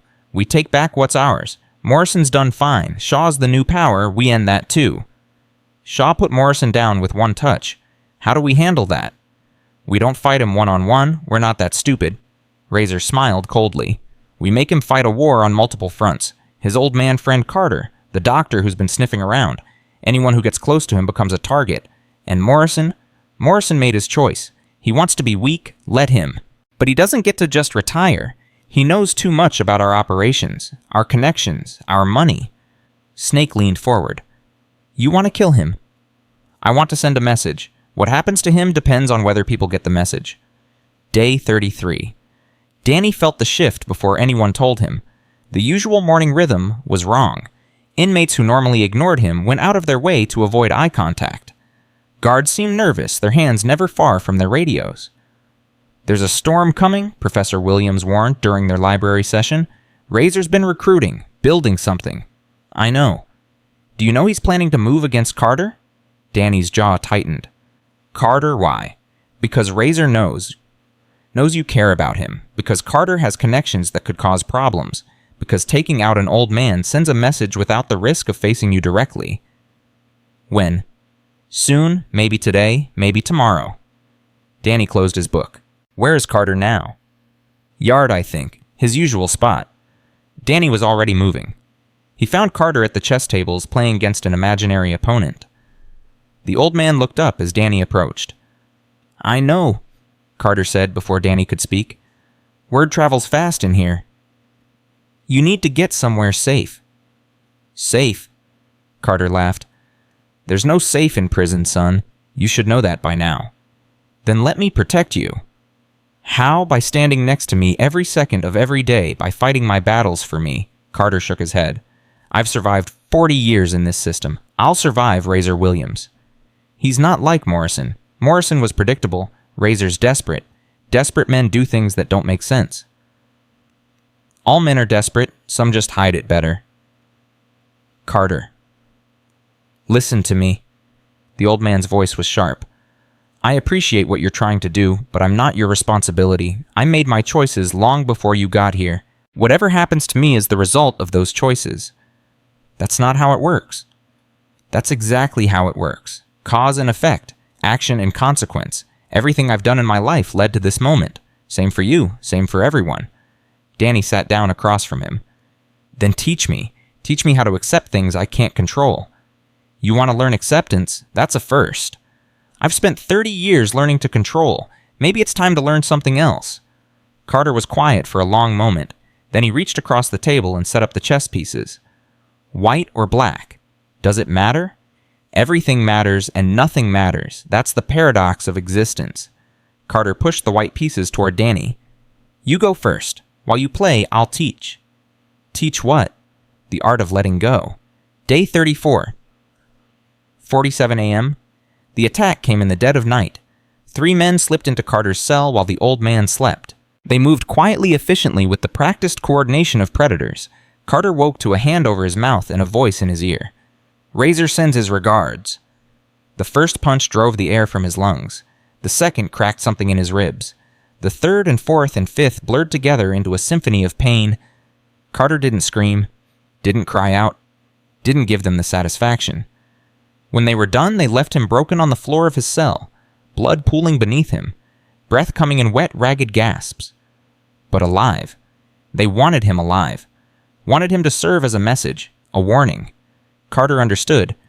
As consciousness faded, his last thought was of the chess game he would never finish. Day 34, 6:15 a.m. Danny found out at breakfast. Carter's in the infirmary, Professor Williams whispered. 3 broken ribs, punctured lung, internal bleeding. Danny's hands froze around his tray. How bad? Bad. They're not sure he's going to make it. The cafeteria seemed to blur around him. Sounds faded. Colors washed out. All that remained was a cold, terrible clarity. Who? Razor's people. No witnesses, of course, but everyone knows. Danny set down his tray, stood. Where are you going? To visit a friend. Danny, wait. But he was already gone. The infirmary was quiet. Too quiet. Danny's footsteps echoed on the linoleum as he walked past rows of empty beds to the one at the end. Carter looked like a corpse. Tubes ran from his arms. Machines beeped their monotonous rhythms. His face was swollen beyond recognition, purple and black and yellow, like a rotten fruit. Dr. Torres looked up from her charts. Shaw, I wondered when you'd come. How is he? Stable, for now, but he's 73 years old with extensive internal injuries. His body... She trailed off. His body what? His body might not be strong enough to recover. Danny moved to Carter's bedside, took the old man's hand. It felt cold, fragile, like paper that might tear at any moment. Who did this? You know who did this. I need to hear you say it. Torres hesitated. 3 of Razor's men, Thompson, Davis, and Miguel, they didn't even try to hide it. Thank you. Danny released Carter's hand and turned toward the door. Shaw, wait. Torres stepped into his path. I know what you're thinking, but if you go after them, you'll end up in solitary, or worse. I know. Then why? Because some things matter more than consequences. Like revenge? Like justice? Torres shook her head. There's no justice in here, only survival. Maybe, but I have to try. He moved past her. She didn't try to stop him again. Day 34, at 23 a.m. Danny found Thompson in the yard. The man was laughing with his friends. Wolfsfriend telling a story that involved elaborate hand gestures and exaggerated facial expressions, probably describing what they'd done to Carter, probably enjoying the memory. Danny walked directly toward him. Thompson saw him coming and stopped laughing. His friends scattered like roaches in light. Shaw, what do you want? You know what I want. I don't know anything. I was in my cell all night. Ask anyone. I'm not asking anyone. I'm asking you. And I told you, I don't know anything. Danny stepped closer. You have one chance. Confess to what you did. Turn yourself into the guards. Accept the consequences. Thompson laughed. Or what? You'll beat me up, kill me in front of everyone. I don't want to hurt you, but I will if you make me. Big words, but Razor told us about your little peace treaty with Morrison. Said you've gone soft. Said you're not the killer everyone thinks you are. Razor's wrong about a lot of things. Is he? Thompson moved forward, emboldened by Danny's calm demeanor. Because the way I see it, you're just another punk trying to act tough. Morrison was the real deal. You just got lucky once. Danny didn't respond. What's the matter? Nothing to say. Thompson shoved Danny in the chest. That's what I thought. All talk, no action. I gave you a chance, and I gave you an answer. Now get out of my face before I give you the same treatment I gave your old man. Danny's hand moved. Nobody saw it happen. One moment Thompson was standing. The next he was on the ground, screaming, his arm bent at an impossible angle. I didn't break it, Danny said quietly, but I could have. Remember that. He turned to face the gathering crowd. The same goes for anyone else who thinks they can hurt the people I care about. This is your only warning. He walked away. Behind him, Thompson continued screaming. Day 34, 15 p.m. Davis and Miguel were harder to find. They had heard about Thompson, heard about the arm bent backward without apparent effort. They were hiding now, staying in groups, never venturing anywhere alone. Smart, but not smart enough. Danny waited, watched, learned their patterns. Davis liked to smoke in the maintenance corridor after lunch, a place where cameras didn't reach, a place where guards rarely patrolled. Danny was waiting for him when he arrived. Jesus Christ, Davis dropped his cigarette. Where did you come from? That doesn't matter. What matters is what you did to Carter. I didn't do anything. Thompson already gave you up. He's in the infirmary now, just like Carter. But unlike Carter, he'll be able to use his arm again. Eventually. Davis's face went pale. Look, man, I was just following orders. Razor told us to send a message. I didn't want to hurt nobody. But you did hurt somebody. An old man. A man who never did anything to you. I know, and I'm sorry. Sorry. Danny's voice was terrifyingly calm. You beat a 73-year-old man until his lung collapsed. You left him bleeding on the floor of his cell. And you're sorry. What do you want me to do? I can't take it back. No, you can't. But you can confess. Go to the guards. Tell them what happened. Accept the consequences. Razor will kill me. Maybe, but if you don't confess, I'll do worse than kill you. I'll make sure you spend the rest of your life unable to feed yourself, unable to dress yourself, unable to do anything without help. Davis's legs gave out. He slid down the wall, tears streaming down his face. Please, please, man, I have kids, a family. Carter had family too, once, before 40 years in this system took everything from him. I'll confess, I'll tell them everything, just please don't hurt me. Danny studied him for a long moment. The fear was genuine. The regret might be too. 1 hour? If you haven't confessed by then, I'll find you.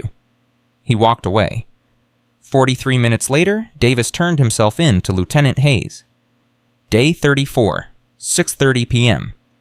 Miguel ran. He made it as far as the kitchen before Danny caught up with him. "There's nowhere to go," Danny said. "You know that."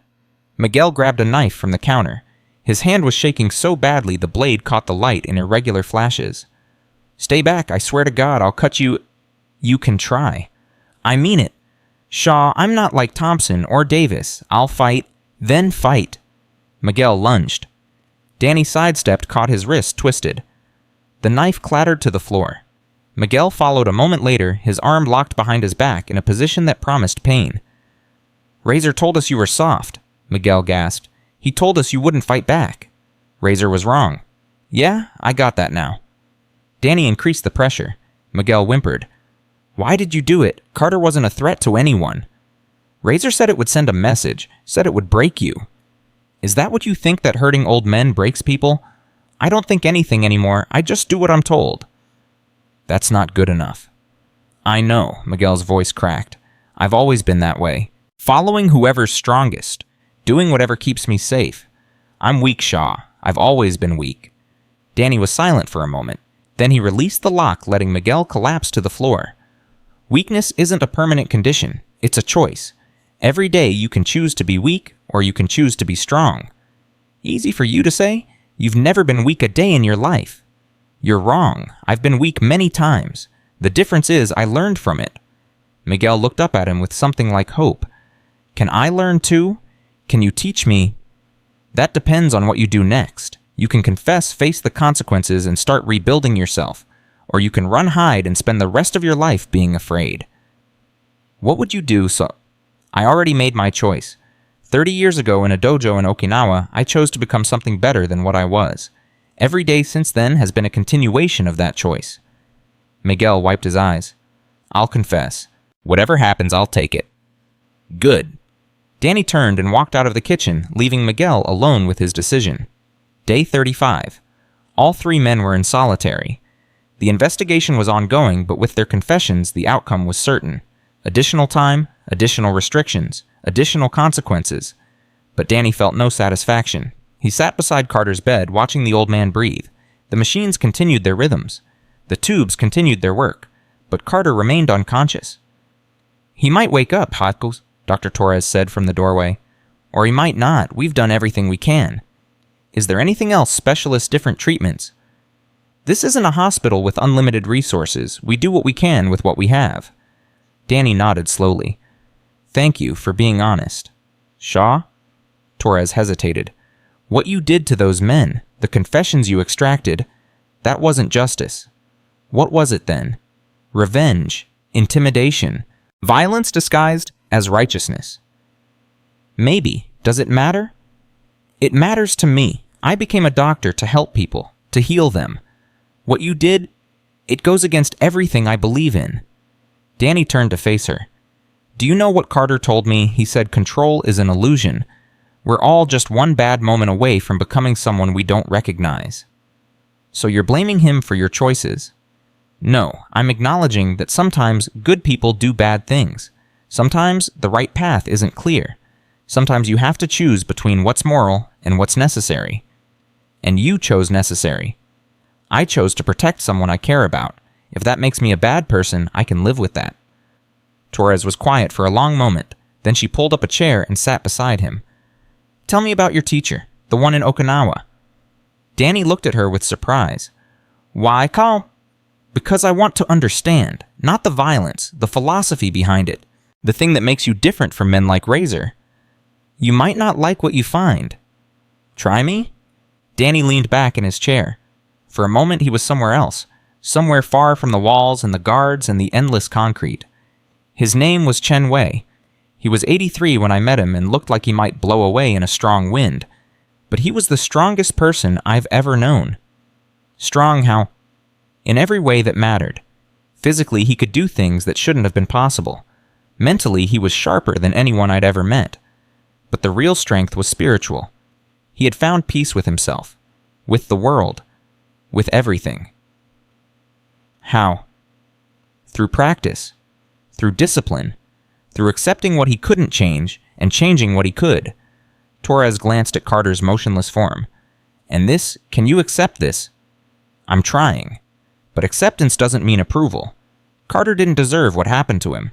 The men who did it deserved consequences. Both things can be true. Even if the consequences you delivered weren't legal, weren't sanctioned. Law and justice aren't always the same thing. In here, they're rarely the same thing.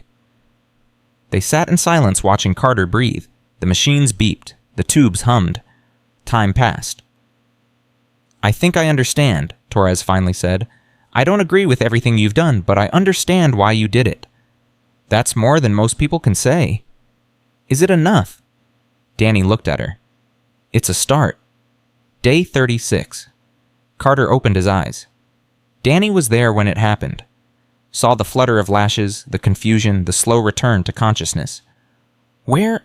Carter's voice was a rasp. "Where am I?" "Infirmary. You've been out for 2 days." 2 days? Carter tried to laugh and immediately winced. "Getting old as hell." "You almost died." "But I didn't. That's something." He looked at Danny with eyes that were clearer than they should have been. "I heard you, while I was under. Heard you talking to the doctor." "What did you hear? Enough." Carter reached out and took Danny's hand. "You found them, the men who did this." "Yes." "And you made them pay." "Yes." "Good." Carter's grip tightened slightly. "I know that goes against everything your teacher taught you, everything you believe in, but sometimes the old ways are the right ways." "I'm not sure I believe that anymore." "You don't have to believe it. You just have to accept that it was necessary, that sometimes being good isn't enough. Sometimes you have to be effective." Danny was quiet for a long moment. "Master Chen would have been disappointed in me." "Maybe, or maybe he would have understood. We never really know how our teachers would judge us. We only know how we judge ourselves." "And how do you judge me?" Carter smiled. "It was a broken thing, twisted by swelling and pain, but genuine.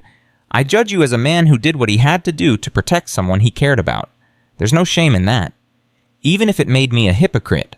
Especially then. Hypocrisy is the tribute vice pays to virtue. It means you still believe in something even when you can't live up to it." Danny felt something release in his chest. A tension he hadn't known he was carrying. "Thank you." "Don't thank me. Just promise me something." "What?" "When you get out of here, don't become what this place wants you to become. Don't let the violence and the fear and the desperation turn you into another animal in a cage." "How do I do that?" "By remembering who you were before. By holding on to the things that matter. By choosing every single day to be better than your circumstances." Carter's eyes started to close. The effort of speaking had exhausted him. "Rest now," Danny said. "We'll talk more later." "Promise?" "Promise." Carter's grip relaxed. His breathing deepened. Within moments, he was asleep. Danny stayed by his bedside until the guards came to take him back to his cell. Day 37. Razor was waiting in the yard. His crew had shrunk. Thompson was still in the infirmary. Davis and Miguel were in solitary. Several others had quietly distanced themselves after seeing what happened, but Razor remained defiant. "You think you've won?" His voice was loud enough for everyone to hear. "You think taking out a few of my guys changes anything?" Danny continued his morning practice. Slow circles, gentle steps, the eternal dance of water and wind. "I'm talking to you, Shaw." "I hear you." "Then look at me, face me like a man." Danny's movements didn't pause. "I am facing you. I'm just not letting you interrupt my practice." "Your practice?" Razor laughed. "That's what you call it? That slow-motion dancing that makes everyone think you're some kind of mystical warrior. Call it what you want. I call it a fraud. You got lucky against Morrison, got lucky against my boys, but luck runs out Shaw. Eventually, luck always runs out." Danny's arms completed their circle. He turned to face Razor fully. "You're right. Luck does run out. So does patience." "Is that a threat?" "It's an observation. You attacked an old man in his sleep, sent 3 men to beat him until his lungs filled with blood, and now you're standing here in front of everyone pretending you're the victim." "I'm not pretending anything. I'm stating facts. You're not the king of this prison. Morrison's not the king anymore either. The only king here is power, and power goes to whoever's willing to take it." "Then take it." Razor blinked. "What?" "Take the power. If that's what you want. Build your empire. Rule your little kingdom. I don't care." "You don't care. I never wanted to be king of anything. I just wanted to be left alone." Danny stepped closer to Razor, close enough to see the uncertainty in his eyes. But you couldn't leave me alone. You couldn't leave Carter alone. And now you're learning what happens when you push too far. What happens when consequences, not the kind the guards hand out, the kind that follow you for the rest of your life? Razor's bravado wavered, just for a moment, just enough for Danny to see the fear underneath. This isn't over, Razor said, but his voice lacked conviction. It's over when I say it's over. Remember that. Danny turned and walked away. Behind him, the yard remained silent. 40 men had watched the exchange. 40 men had seen Razor, the would-be king, falter in front of the quiet man with gentle eyes. The balance of power had shifted once again, and this time everyone knew it was permanent. Day 38. Morrison appeared at Danny's cell without warning. His face still carried the bruises from Razor's beating. His voice was still ragged from the throat damage weeks ago. But something in his eyes had changed, something that looked almost like clarity. I want to learn. Danny looked up from his meditation. Learn what you know, what made you different from everyone else in this place. I told you before, it takes decades. I don't have decades, but I have today and tomorrow, and however many days I have left in here. Morrison's voice cracked. I'm 43 years old. I've spent most of my adult life hurting people. I don't want to die that way. Danny studied him for a long moment. The desperation was genuine. The hunger for change was real. Why now? Because when Razor beat me, I didn't fight back. For the first time in my life, I chose not to fight, and it felt... Morrison struggled for words. It felt like freedom. Like I was finally making a choice that was mine, not something I was forced into by circumstances or reputation or fear. That's the first step? The first step toward what? Toward becoming who you were supposed to be, before prison, before fighting, before you learned that violence was the only language the world would listen to. Morrison's eyes glistened. You think there's still something there after everything I've done? I think there's something there in everyone. The question is whether you're willing to dig for it. I'm willing. I don't know how, but I'm willing. Danny rose from his meditation position. Then we start tomorrow, 5 a.m., yard. Don't be late. I won't be. Morrison turned to leave, then stopped. Shaw. Yes. Thank you for giving me a chance I don't deserve. Everyone deserves a chance. What you do with it is up to you. Day 39, 5:00 a.m. Morrison was already waiting when Danny arrived. The yard was empty at this hour. Just the two of them and the distant sounds of the prison waking up. Danny took his usual position and gestured for Morrison to stand beside him. First lesson. Breathing. Breathing I've been breathing my whole life. You've been surviving. That's different. Danny demonstrated his chest expanding and contracting with exaggerated slowness. Real breathing is intentional. Every inhale draws energy. Every exhale releases tension. Morrison tried to copy him, failed, tried again. I feel ridiculous. Good. Feeling ridiculous is part of letting go of your ego. My ego is about the only thing I have left. Then it's time to find something better. They practiced for an hour, just breathing. Morrison grew frustrated, impatient, and confused. But he didn't quit. When they finished, Danny nodded. Same time tomorrow. That's it, just breathing.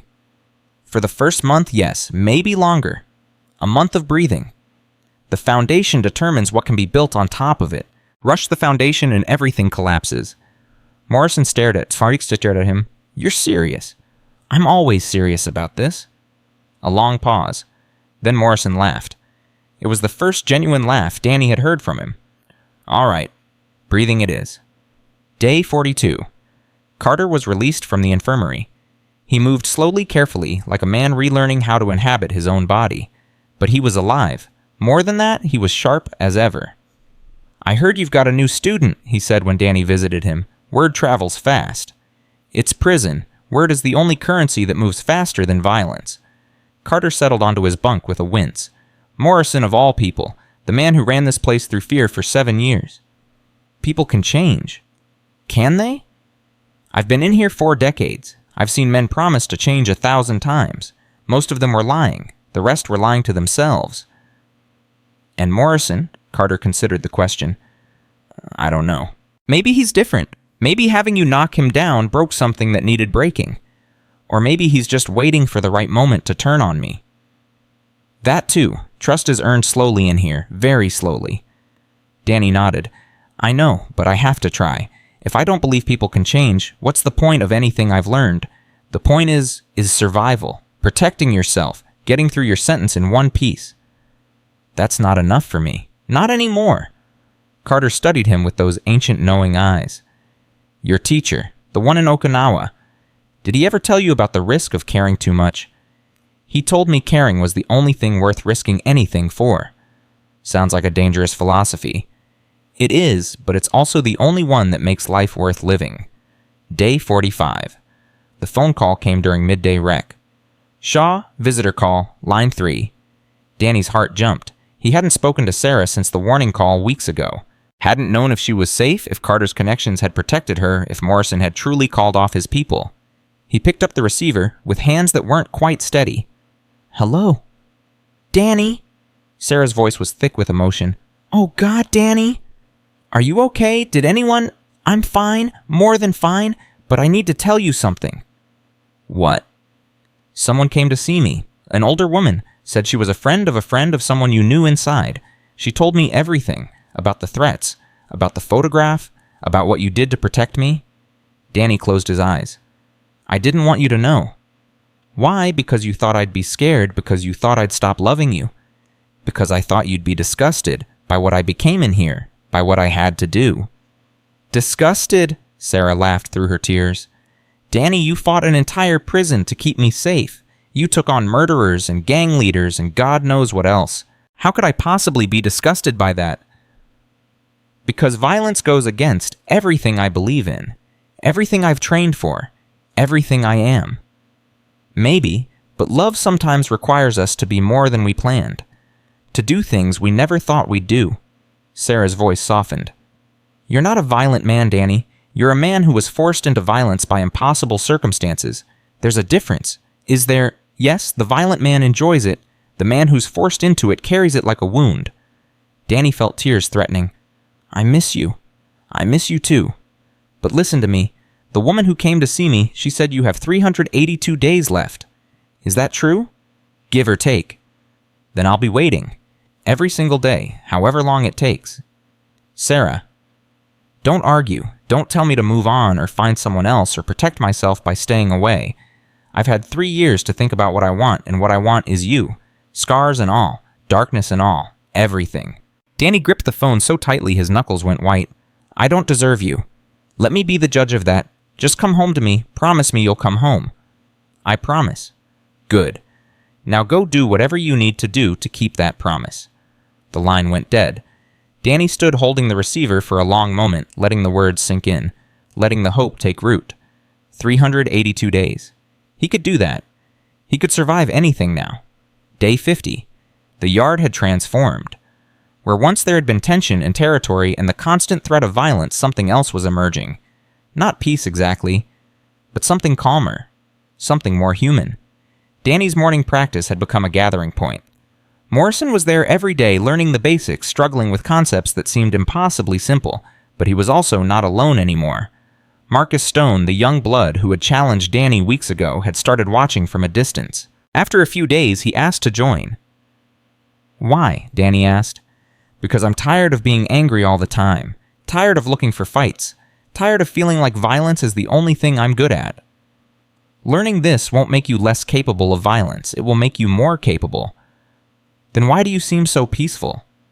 Because capability and choice are different things. I can hurt people. I choose not to. That's what the training gives you. Choice. Stone considered this. Teach me. And so the class grew. Morrison, Stone. 3 others who had heard the stories and wanted to understand. Old Man Carter watching from his bench, too injured to participate but offering commentary that made everyone think. Razor watched too, from across the yard, with eyes that burned with something between hatred and confusion. His power had crumbled. His crew had scattered. The men who had once feared him now walked past without acknowledgement. He was becoming what Danny had been 2 months ago. Invisible. Day 60. Warden Price called Danny to her office. I've been watching what you're doing in the yard. Is there a problem? The opposite, actually. Price leaned back in her chair. Violent incidents have dropped 40% since you started those morning sessions. Infirmary visits are down. Even the guards are reporting less tension. I'm just teaching breathing and movement. You're teaching more than that. You're teaching men who have only known violence that there's another way to exist. Danny said nothing. I've been running prisons for 12 years, Price continued. I've tried every rehabilitation program the state would fund. Anger management, meditation, therapy, skills training. None of them worked. Not like this. This isn't a program, it's just sharing what I know. Whatever you call it, the results are real, which is why I'm offering you something unusual. What? I want to make it official, a formal class, as registered with the state, something that can be documented and studied and potentially replicated at other facilities. Danny frowned. That sounds like bureaucracy. It is, but it's also legitimacy, resources, recognition that what you're doing has value beyond these walls. And what do you get out of it? I get to tell my supervisors that I'm rehabilitating inmates instead of just warehousing them. I get better numbers, better funding, maybe a promotion. Price smiled slightly. I'm being honest with you, Shaw. I have my own motivations, but that doesn't mean this isn't good for everyone. Danny considered the offer. What about Morrison? He's been my assistant in the informal sessions. If this becomes official, will he be allowed to participate? Morrison. Price's eyebrows rose. The man who ran this prison's underground for 7 years. The same man who hasn't been in a single fight since we made our agreement. The same man who let Razor beat him rather than revert to violence. That's true, and notable. Price nodded slowly. All right, if Morrison continues to demonstrate change, he can be involved, but the moment he backslides, he's out. No second chances. Understood. Then we have a deal. Danny extended his hand. We have a deal. Day 75. The official program was called Moving Forward. Price had insisted on the name, saying it tested well with the state bureaucrats who controlled funding. Danny didn't care what it was called. He cared about what it accomplished. 20 inmates now gathered every morning for practice. Another 30 watched from the edges, not ready to participate, but curious enough to observe. Even some of the guards had started paying attention, asking questions during their rounds. Morrison had become an unlikely ambassador for the program. His transformation was visible, undeniable. The man who had once ruled through fear now moved through the prison with a different kind of authority, not dominance, something closer to peace. I still don't understand most of what you're teaching, he admitted to Danny one morning. The energy stuff, the philosophy, it goes over my head. Understanding comes last. Practice comes first. That's what you keep saying, but when does it click? When do I feel what you feel? When you stop trying to feel it, when you stop measuring your progress, when you just exist in the moment without expectation. That sounds impossible. It sounds impossible because you're still thinking about it. The goal is to stop thinking. Morrison laughed. 43 years of thinking is a hard habit to break. Then we'll work on it for 43 more. Day 90. Razor made his move. Not against Danny. That would have been suicide. Instead, he went after the program itself. I filed a complaint with the state, he announced in the cafeteria loud enough for everyone to hear. That cult Shaw is running violates separation of church and state. Religious activities can't be mandated. Danny kept eating his lunch. You hear me, Shaw? Your little program is going to get shut down. It's not religious, Danny said calmly. It's exercise. That's not what my complaint says. My complaint says you're teaching Chinese mysticism, Eastern philosophy, spiritual practices that the government has no business promoting. Your complaint says whatever you want it to say. The truth says something else. We'll see about that. Razor walked away triumph in his stride. Morrison slid into the seat across from Danny. Is he right? Can he actually shut us down? He can try. The state will investigate. They'll send someone to observe the classes, and they'll see exactly what we're doing. Which is teaching men how to breathe, how to move, how to exist without violence. Danny shrugged. If that's a religion, then every gym in America is a church. But what if the investigator is biased? What if they're looking for a reason to shut us down? Then we give them no reason. We continue doing what we've been doing. We demonstrate results. We let the truth speak for itself. And if that's not enough, Danny met Morrison's eyes, then we adapt. The teaching doesn't require walls or official sanction. It just requires willingness to learn. Day 95. The state investigator arrived. Her name was Dr. Patricia Webb, a psychologist from the Department of Corrections with 20 years of experience evaluating prison programs. She observed the morning session with clinical detachment, taking notes on a legal pad, asking no questions. Afterward, she requested a private meeting with Danny. Mr. Shaw, I've reviewed the complaint filed against your program, and I've observed what you're actually teaching. Dr. Webb set down her notepad. The complaint alleges religious indoctrination. What I saw was exercise and stress reduction techniques. So the complaint is dismissed. The complaint raised legitimate questions that needed to be addressed, but no, it doesn't hold up to scrutiny. She paused. What concerns me more is the social dynamic. Meaning that you've created something unprecedented in the prison system, a voluntary program that attracts violent offenders and seems to genuinely reduce their aggression. That's remarkable. But it's also built entirely around you, your presence, your authority, your personal example. Dr. Webb leaned forward. What happens when you leave Mr. Shaw? What happens to these men when you're no longer here to guide them? Danny had thought about this many times, in the quiet hours of the night when sleep wouldn't come. Morrison, he said. The former crime boss, the man who ran this prison's underground, the man who has been my primary student for 3 months, the man who has shown more growth than anyone I've ever taught. You want him to lead the program after you're gone? I want him to continue what we've started. The teaching doesn't belong to me. It belongs to everyone who's willing to learn it and pass it on. Dr. Webb was quiet for a long moment. That's either brilliant or incredibly naive. Why can't it be both? She almost smiled. Fair point. She stood. I'll recommend that the program continue, but I'll also recommend additional oversight, regular evaluations, documented outcomes. That's fair. And Shaw, the prisoner who filed the complaint, Williams? Razor? Yes, he's not going to stop. Men like him don't stop until they win or they're destroyed. Watch your back. I always do. Day 120. Razor tried one last time. Not a legal maneuver this time. Something more direct, more desperate. He cornered Morrison in the shower block, alone, no witnesses. Remember when you were king? Razor's voice echoed off the tiles. Remember when everyone in this prison answered to you? Morrison kept his breathing steady, the technique Danny had taught him. In through the nose, out through the mouth. Stay centered. I remember. Look at you now, Shaw's lapdog, following him around like a puppy, doing his breathing exercises like some kind of monk. I'm learning. Learning what? How to be weak, how to let people walk all over you. Learning how to be at peace, Razor laughed. Peace in prison, that's the stupidest thing I've ever heard. Maybe, but it's better than what I had before. What you had before was power, respect, fear.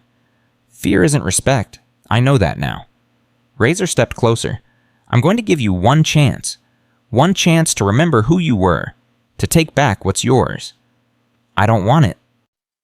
Then you're going to watch me destroy everything Shaw has built. The program, the students, all of it. And when I'm done, everyone will know that peace is just another word for weakness. Morrison's hands clenched. The old rage stirred. The monster that lived in every man's heart waiting for permission to emerge. But he didn't let it. No, Morrison said. No, You can try to destroy the program. You can try to hurt Shaw's students, but you won't succeed. Why not? Because what we're building isn't about one person. It's about ideas, about principles, about a different way to exist. Morrison stepped forward, matching Razor's aggression with calm certainty. You can kill ideas, but you can't kill ideas. Pretty words. True words. Shaw taught me that. And every day more people are learning. More people are changing. You can't stop that any more than you can stop the tide. Razor's face twisted. We'll see about that. He swung. Morrison redirected. It wasn't perfect, not even close to what Danny could do, but it was enough. Razor's fist sailed past Morrison's head as his body rotated. A palm pressed against Razor's chest. Not hard, just firm. Razor stumbled backward, off balance, confused. What the hell, Cobb? I've been practicing. That's impossible. You've only been training for a few months. Long enough to learn the basics. Long enough to understand that I don't have to fight every battle with my fists. Razor regrouped. Lucky shot. Won't happen twice. He lunged again. Morrison sidestepped. Razor crashed into the wall. Stop, please. I don't want to hurt you. Hurt me? Razor scrambled to his feet. You think you can hurt me? I think I can. I don't want to. There's a difference. They faced each other across the shower block. Two men who represented two different futures for Blackstone. Two different philosophies, two different paths. This isn't over, Razor said. Yes, it is. The only question is how it ends. You can walk away, go back to your cell, serve your time, or you can keep fighting a war you've already lost. I haven't lost anything. You've lost everything. You just haven't realized it yet. Razor's eyes flickered. For just a moment, the bravado cracked. Beneath it was something Morrison recognized. Something he had felt himself not long ago. Fear, desperation, the terror of becoming irrelevant. It doesn't have to be this way, Morrison said, his voice softening. Shaw would teach you if you asked, the same way he taught me. Teach me, Razor laughed. I'm not going to become some zombie follower like the rest of you. Then stay angry, stay violent, stay exactly who you've always been. Morrison turned toward the exit. But know that the world is changing around you, and men who can't change get left behind. He walked away. Razor didn't follow. Day 150. Carter approached Danny in the yard. I have news. Good news for once. What? My parole hearing. It's been moved up. Apparently someone put in a good word for me with the board. Danny raised an eyebrow. Someone, Warden Price, said I was a model of rehabilitation, said my involvement with your program demonstrated genuine change. Carter's eyes glistened. After 40 years, I might actually get out of here. You deserve it. Do I? I killed a man, Danny. Took a life because I couldn't control my rage. And you've spent 4 decades paying for it, reflecting on it, becoming someone different. Danny put a hand on the old man's shoulder. Whatever you did in the past, you've earned a second chance. The board might not see it that way. Then we'll make sure they do. I'll testify. Morrison will testify. Everyone in this program will tell them who you are now. Carter was quiet for a long moment. Why? Why do you care so much about an old man you barely know? Because you were the first person in this prison who saw me clearly, who understood what I was really doing, who offered help when I needed it most. Danny smiled. Teachers learn from their students too. Day 175. The parole board convened. Danny testified first. He told them about Carter's wisdom, his patience, his role in protecting Sarah from Morrison's threats, his guidance during the darkest moments of Danny's incarceration. Morrison testified second. He told them how Carter had challenged his assumptions, asked questions that forced him to think, demonstrated that 40 years in prison didn't have to mean 40 years of stagnation. The board listened, deliberated, made their decision. Carter was granted parole. The announcement came during dinner. The cafeteria erupted in applause. 40 years. 4 decades of concrete and bars and endless routine. And now it was ending. Carter stood at his table, tears streaming down his weathered face, overwhelmed by a future he had long stopped imagining. Danny embraced him. You're free? Not yet, but soon. Carter's voice shook. What do? I don't know anything about the outside world anymore. Everything has changed. You learn, you adapt, you take it one day at a time. Sounds familiar. Good advice is universal. Day 200. Carter walked out of Blackstone on a Tuesday morning. Danny watched from his cell window as the old man passed through the gates for the last time. Watched him climb into a waiting car. Watched him disappear into a world that had moved on without him. Morrison stood beside Danny watching too. Think he'll be okay. I think he'll struggle. 40 years is a long time. The world is different now, faster, more confusing. Danny paused. But he's stronger than he looks. He'll find his way. What about you? You've got less than a year left. 312 days. Not that you're counting. Danny smiled. Not at all. Day 250. Sarah visited. It was the first time Danny had seen her in person since before his incarceration. 3 years of letters and phone calls and imagined reunions, and now she was sitting across from him, separated by a table and a guard's watchful eyes. You look different, she said. Good different or bad different? Just different, more centered, like you found something you were looking for. I found several things. Some of them I wasn't looking for at all. Sarah reached across the table. The guard tensed but didn't intervene. Their hands touched. Just for a moment. Just enough. I love you, she said. I should have said that more when we were together. I should have said it every day. You showed it. That was enough. No, it wasn't. Words matter. Hearing them matters. Her eyes glistened. So I'm saying it now. I love you, Danny Shaw. I loved you before you went in. I loved you while you were in. And I'll love you when you come out. Even if I'm not the same person. Especially then. The person you're becoming. I can see it in your eyes, in your letters, in the way everyone talks about what you've done here. Sarah squeezed his hand. You're becoming who you were always meant to be. And who is that? A teacher, a healer, someone who shows people that there's another way. Danny felt tears threatening. I don't know if I deserve that. Let me be the judge of that. Just come home. I will, I promise. Day 300. Morrison took over the morning sessions. Danny still participated, still guided, still corrected, but the leadership had shifted. The students were now Morrison's responsibility. I don't know if I'm ready for this, Morrison admitted. You're not. Nobody ever is. That's reassuring. It should be. Mastery isn't a destination. It's a journey without end. The moment you think you've arrived, you stop growing. More fortune cookie wisdom, more truth that sounds simple but isn't. Morrison laughed. It was a real laugh now, something that came from a genuine place, not the hollow performance he had once used to intimidate. Can I ask you something? Of course. When you leave, what happens to this, to the program, to everything we've built? It continues, with you, with the students who become teachers, with the idea that spreads from person to person, year after year. And if it doesn't, if everything falls apart the moment you're gone, then it wasn't real to begin with. Real change doesn't depend on any one person. It depends on principles, on truth, on the willingness to grow. Danny put a hand on Morrison's shoulder. You have that willingness. So do the others. Whatever happens, that can't be taken away. Day 350. Razor requested a meeting. Danny agreed against Morrison's advice. They met in the chapel, the same place where Danny and Morrison had made their own peace months ago. I'm not here to fight, Razor said. His voice was different now, quieter, defeated. Then why are you here? To understand, to ask you something I should have asked a long time ago. Ask. How did you do it? How did you change Morrison? How did you change the whole damn prison? I didn't change anyone. People changed themselves. That's bull. Something happened. Something real.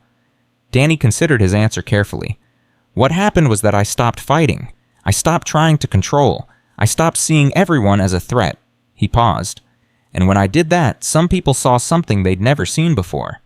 An alternative. A different way to exist. And that was enough. It was a start. The rest was up to them. Razor was quiet for a long moment.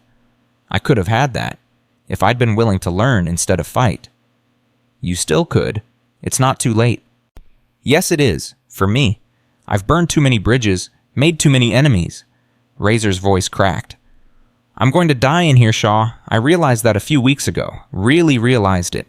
And I've been thinking about what that means. What does it mean?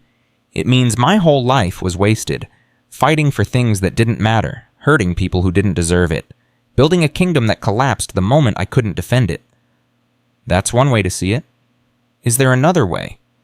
Danny moved to sit beside Razor. Two men in an empty chapel. Two lives that had collided in violence and were now meeting in something closer to understanding. There's always another way. Every day you're alive is a chance to choose differently, to be different, to add something to the world instead of taking from it. Even for someone like me. Especially for someone like you. The people who've been the most lost often have the most to teach.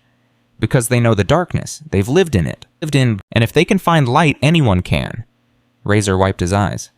I don't know how to find light. I've never known. Then let me show you, same way I showed Morrison, same way I'm showing everyone else. Why would you do that, after everything I did to Carter, after everything I tried to do to you? Because that's the whole point. Forgiveness isn't for the people who deserve it, it's for the people who need it. Day 365. 1 year since the incident in the gym. Danny stood in the yard watching the morning session that had become a fixture of Blackstone life. 50 inmates now, more guards participating. Even some staff members had started attending. Morrison led the group through the basic forms. His movements were still rough, still imperfect, but they were genuine, authentic, real. Beside him, Razor was learning the first breaths, the most basic techniques, starting from the very beginning like everyone else. Carter sent a letter every week. He was living in Phoenix now, working at a community center that served ex-offenders, using his 4 decades of prison experience to help others navigate re-entry. Sarah visited every month. Their conversations had evolved beyond reunion planning into something deeper. visions of a future they would build together. And Danny had 17 days left. "What will you do?" Torres asked during his final medical evaluation. "When you get out, teach, what I've always done. Wherever I'm needed, wherever people are willing to learn. That could be anywhere. That's the point." Day 380, 2 days before release. Danny gathered the program participants for a final session. Morrison stood beside him, Razor in the back. 50 faces looking up at him with something that went beyond respect. "This is my last class," Danny said. "Not because the teaching is over, but because it's time for me to carry it somewhere else." Murmurs rippled through the group. "I know you were fools." "I know some of you are worried that without me things will fall apart, that the program will collapse, that you'll go back to being who you were before." He paused, letting the words sink in. "But here's what I've learned in 30 years of practice. The teaching doesn't belong to any one person. It belongs to everyone who's willing to receive it and pass it on." Danny gestured to Morrison. "This man was my enemy. He threatened everything I cared about. And now he's the one who will carry this forward. Because change is possible. Because the worst of us can become the best of us. Because every human being, no matter what they've done, has the capacity for transformation." Morrison stepped forward. His eyes were wet, but his voice was steady. "I used to think strength meant domination, fear, violence, the ability to break anyone who challenged me." He looked at Danny. "This man taught me that real strength is something else entirely. It's patience. It's wisdom. It's the courage to choose peace when everything inside you screams for war." Razor spoke next. His voice was rough, uncertain, but determined. "I spent my whole life fighting for respect, fighting for power, fighting just to prove I was alive." He paused. "And then I met someone who didn't fight, who didn't need to prove anything, who was so strong that violence was irrelevant." He looked at the group. "That's what we're learning here. Not how to win fights, how to not need them." Day 382. Danny walked out of Blackstone Federal Penitentiary at 6:47 a.m. Sarah was waiting, standing beside a car that would take them somewhere new, somewhere with no walls, no guards, no endless count of days. She ran to him. They embraced, held each other as if they would never let go. "You're free," she whispered. "I've been free for a while now. The walls were just where I happened to be standing." Inside the prison, Morrison led the morning session. 53 inmates breathing in unison, moving in unison, learning one day at a time that they were more than their worst moments. Razor watched from the sidelines practicing his breathing working through the basic forms, transformed from an enemy into a student, from a destroyer into a builder. The story of Danny Shaw became a legend at Blackstone. The quiet man who knocked out the prison strongman with a single touch. The teacher who turned enemies into allies. The living proof that even in the darkest places, light could find a way. But legends miss the point. The real story wasn't about one man's victory. It was about a choice. A choice that everyone faces every day. The choice between violence and peace. Between fear and love. Between who you've been and who you could become. Danny Shaw chose peace. Victor Morrison chose transformation. Razor Williams chose redemption. And in a concrete prison in the Arizona desert, the ripples of those choices continue spreading outward. One breath at a time.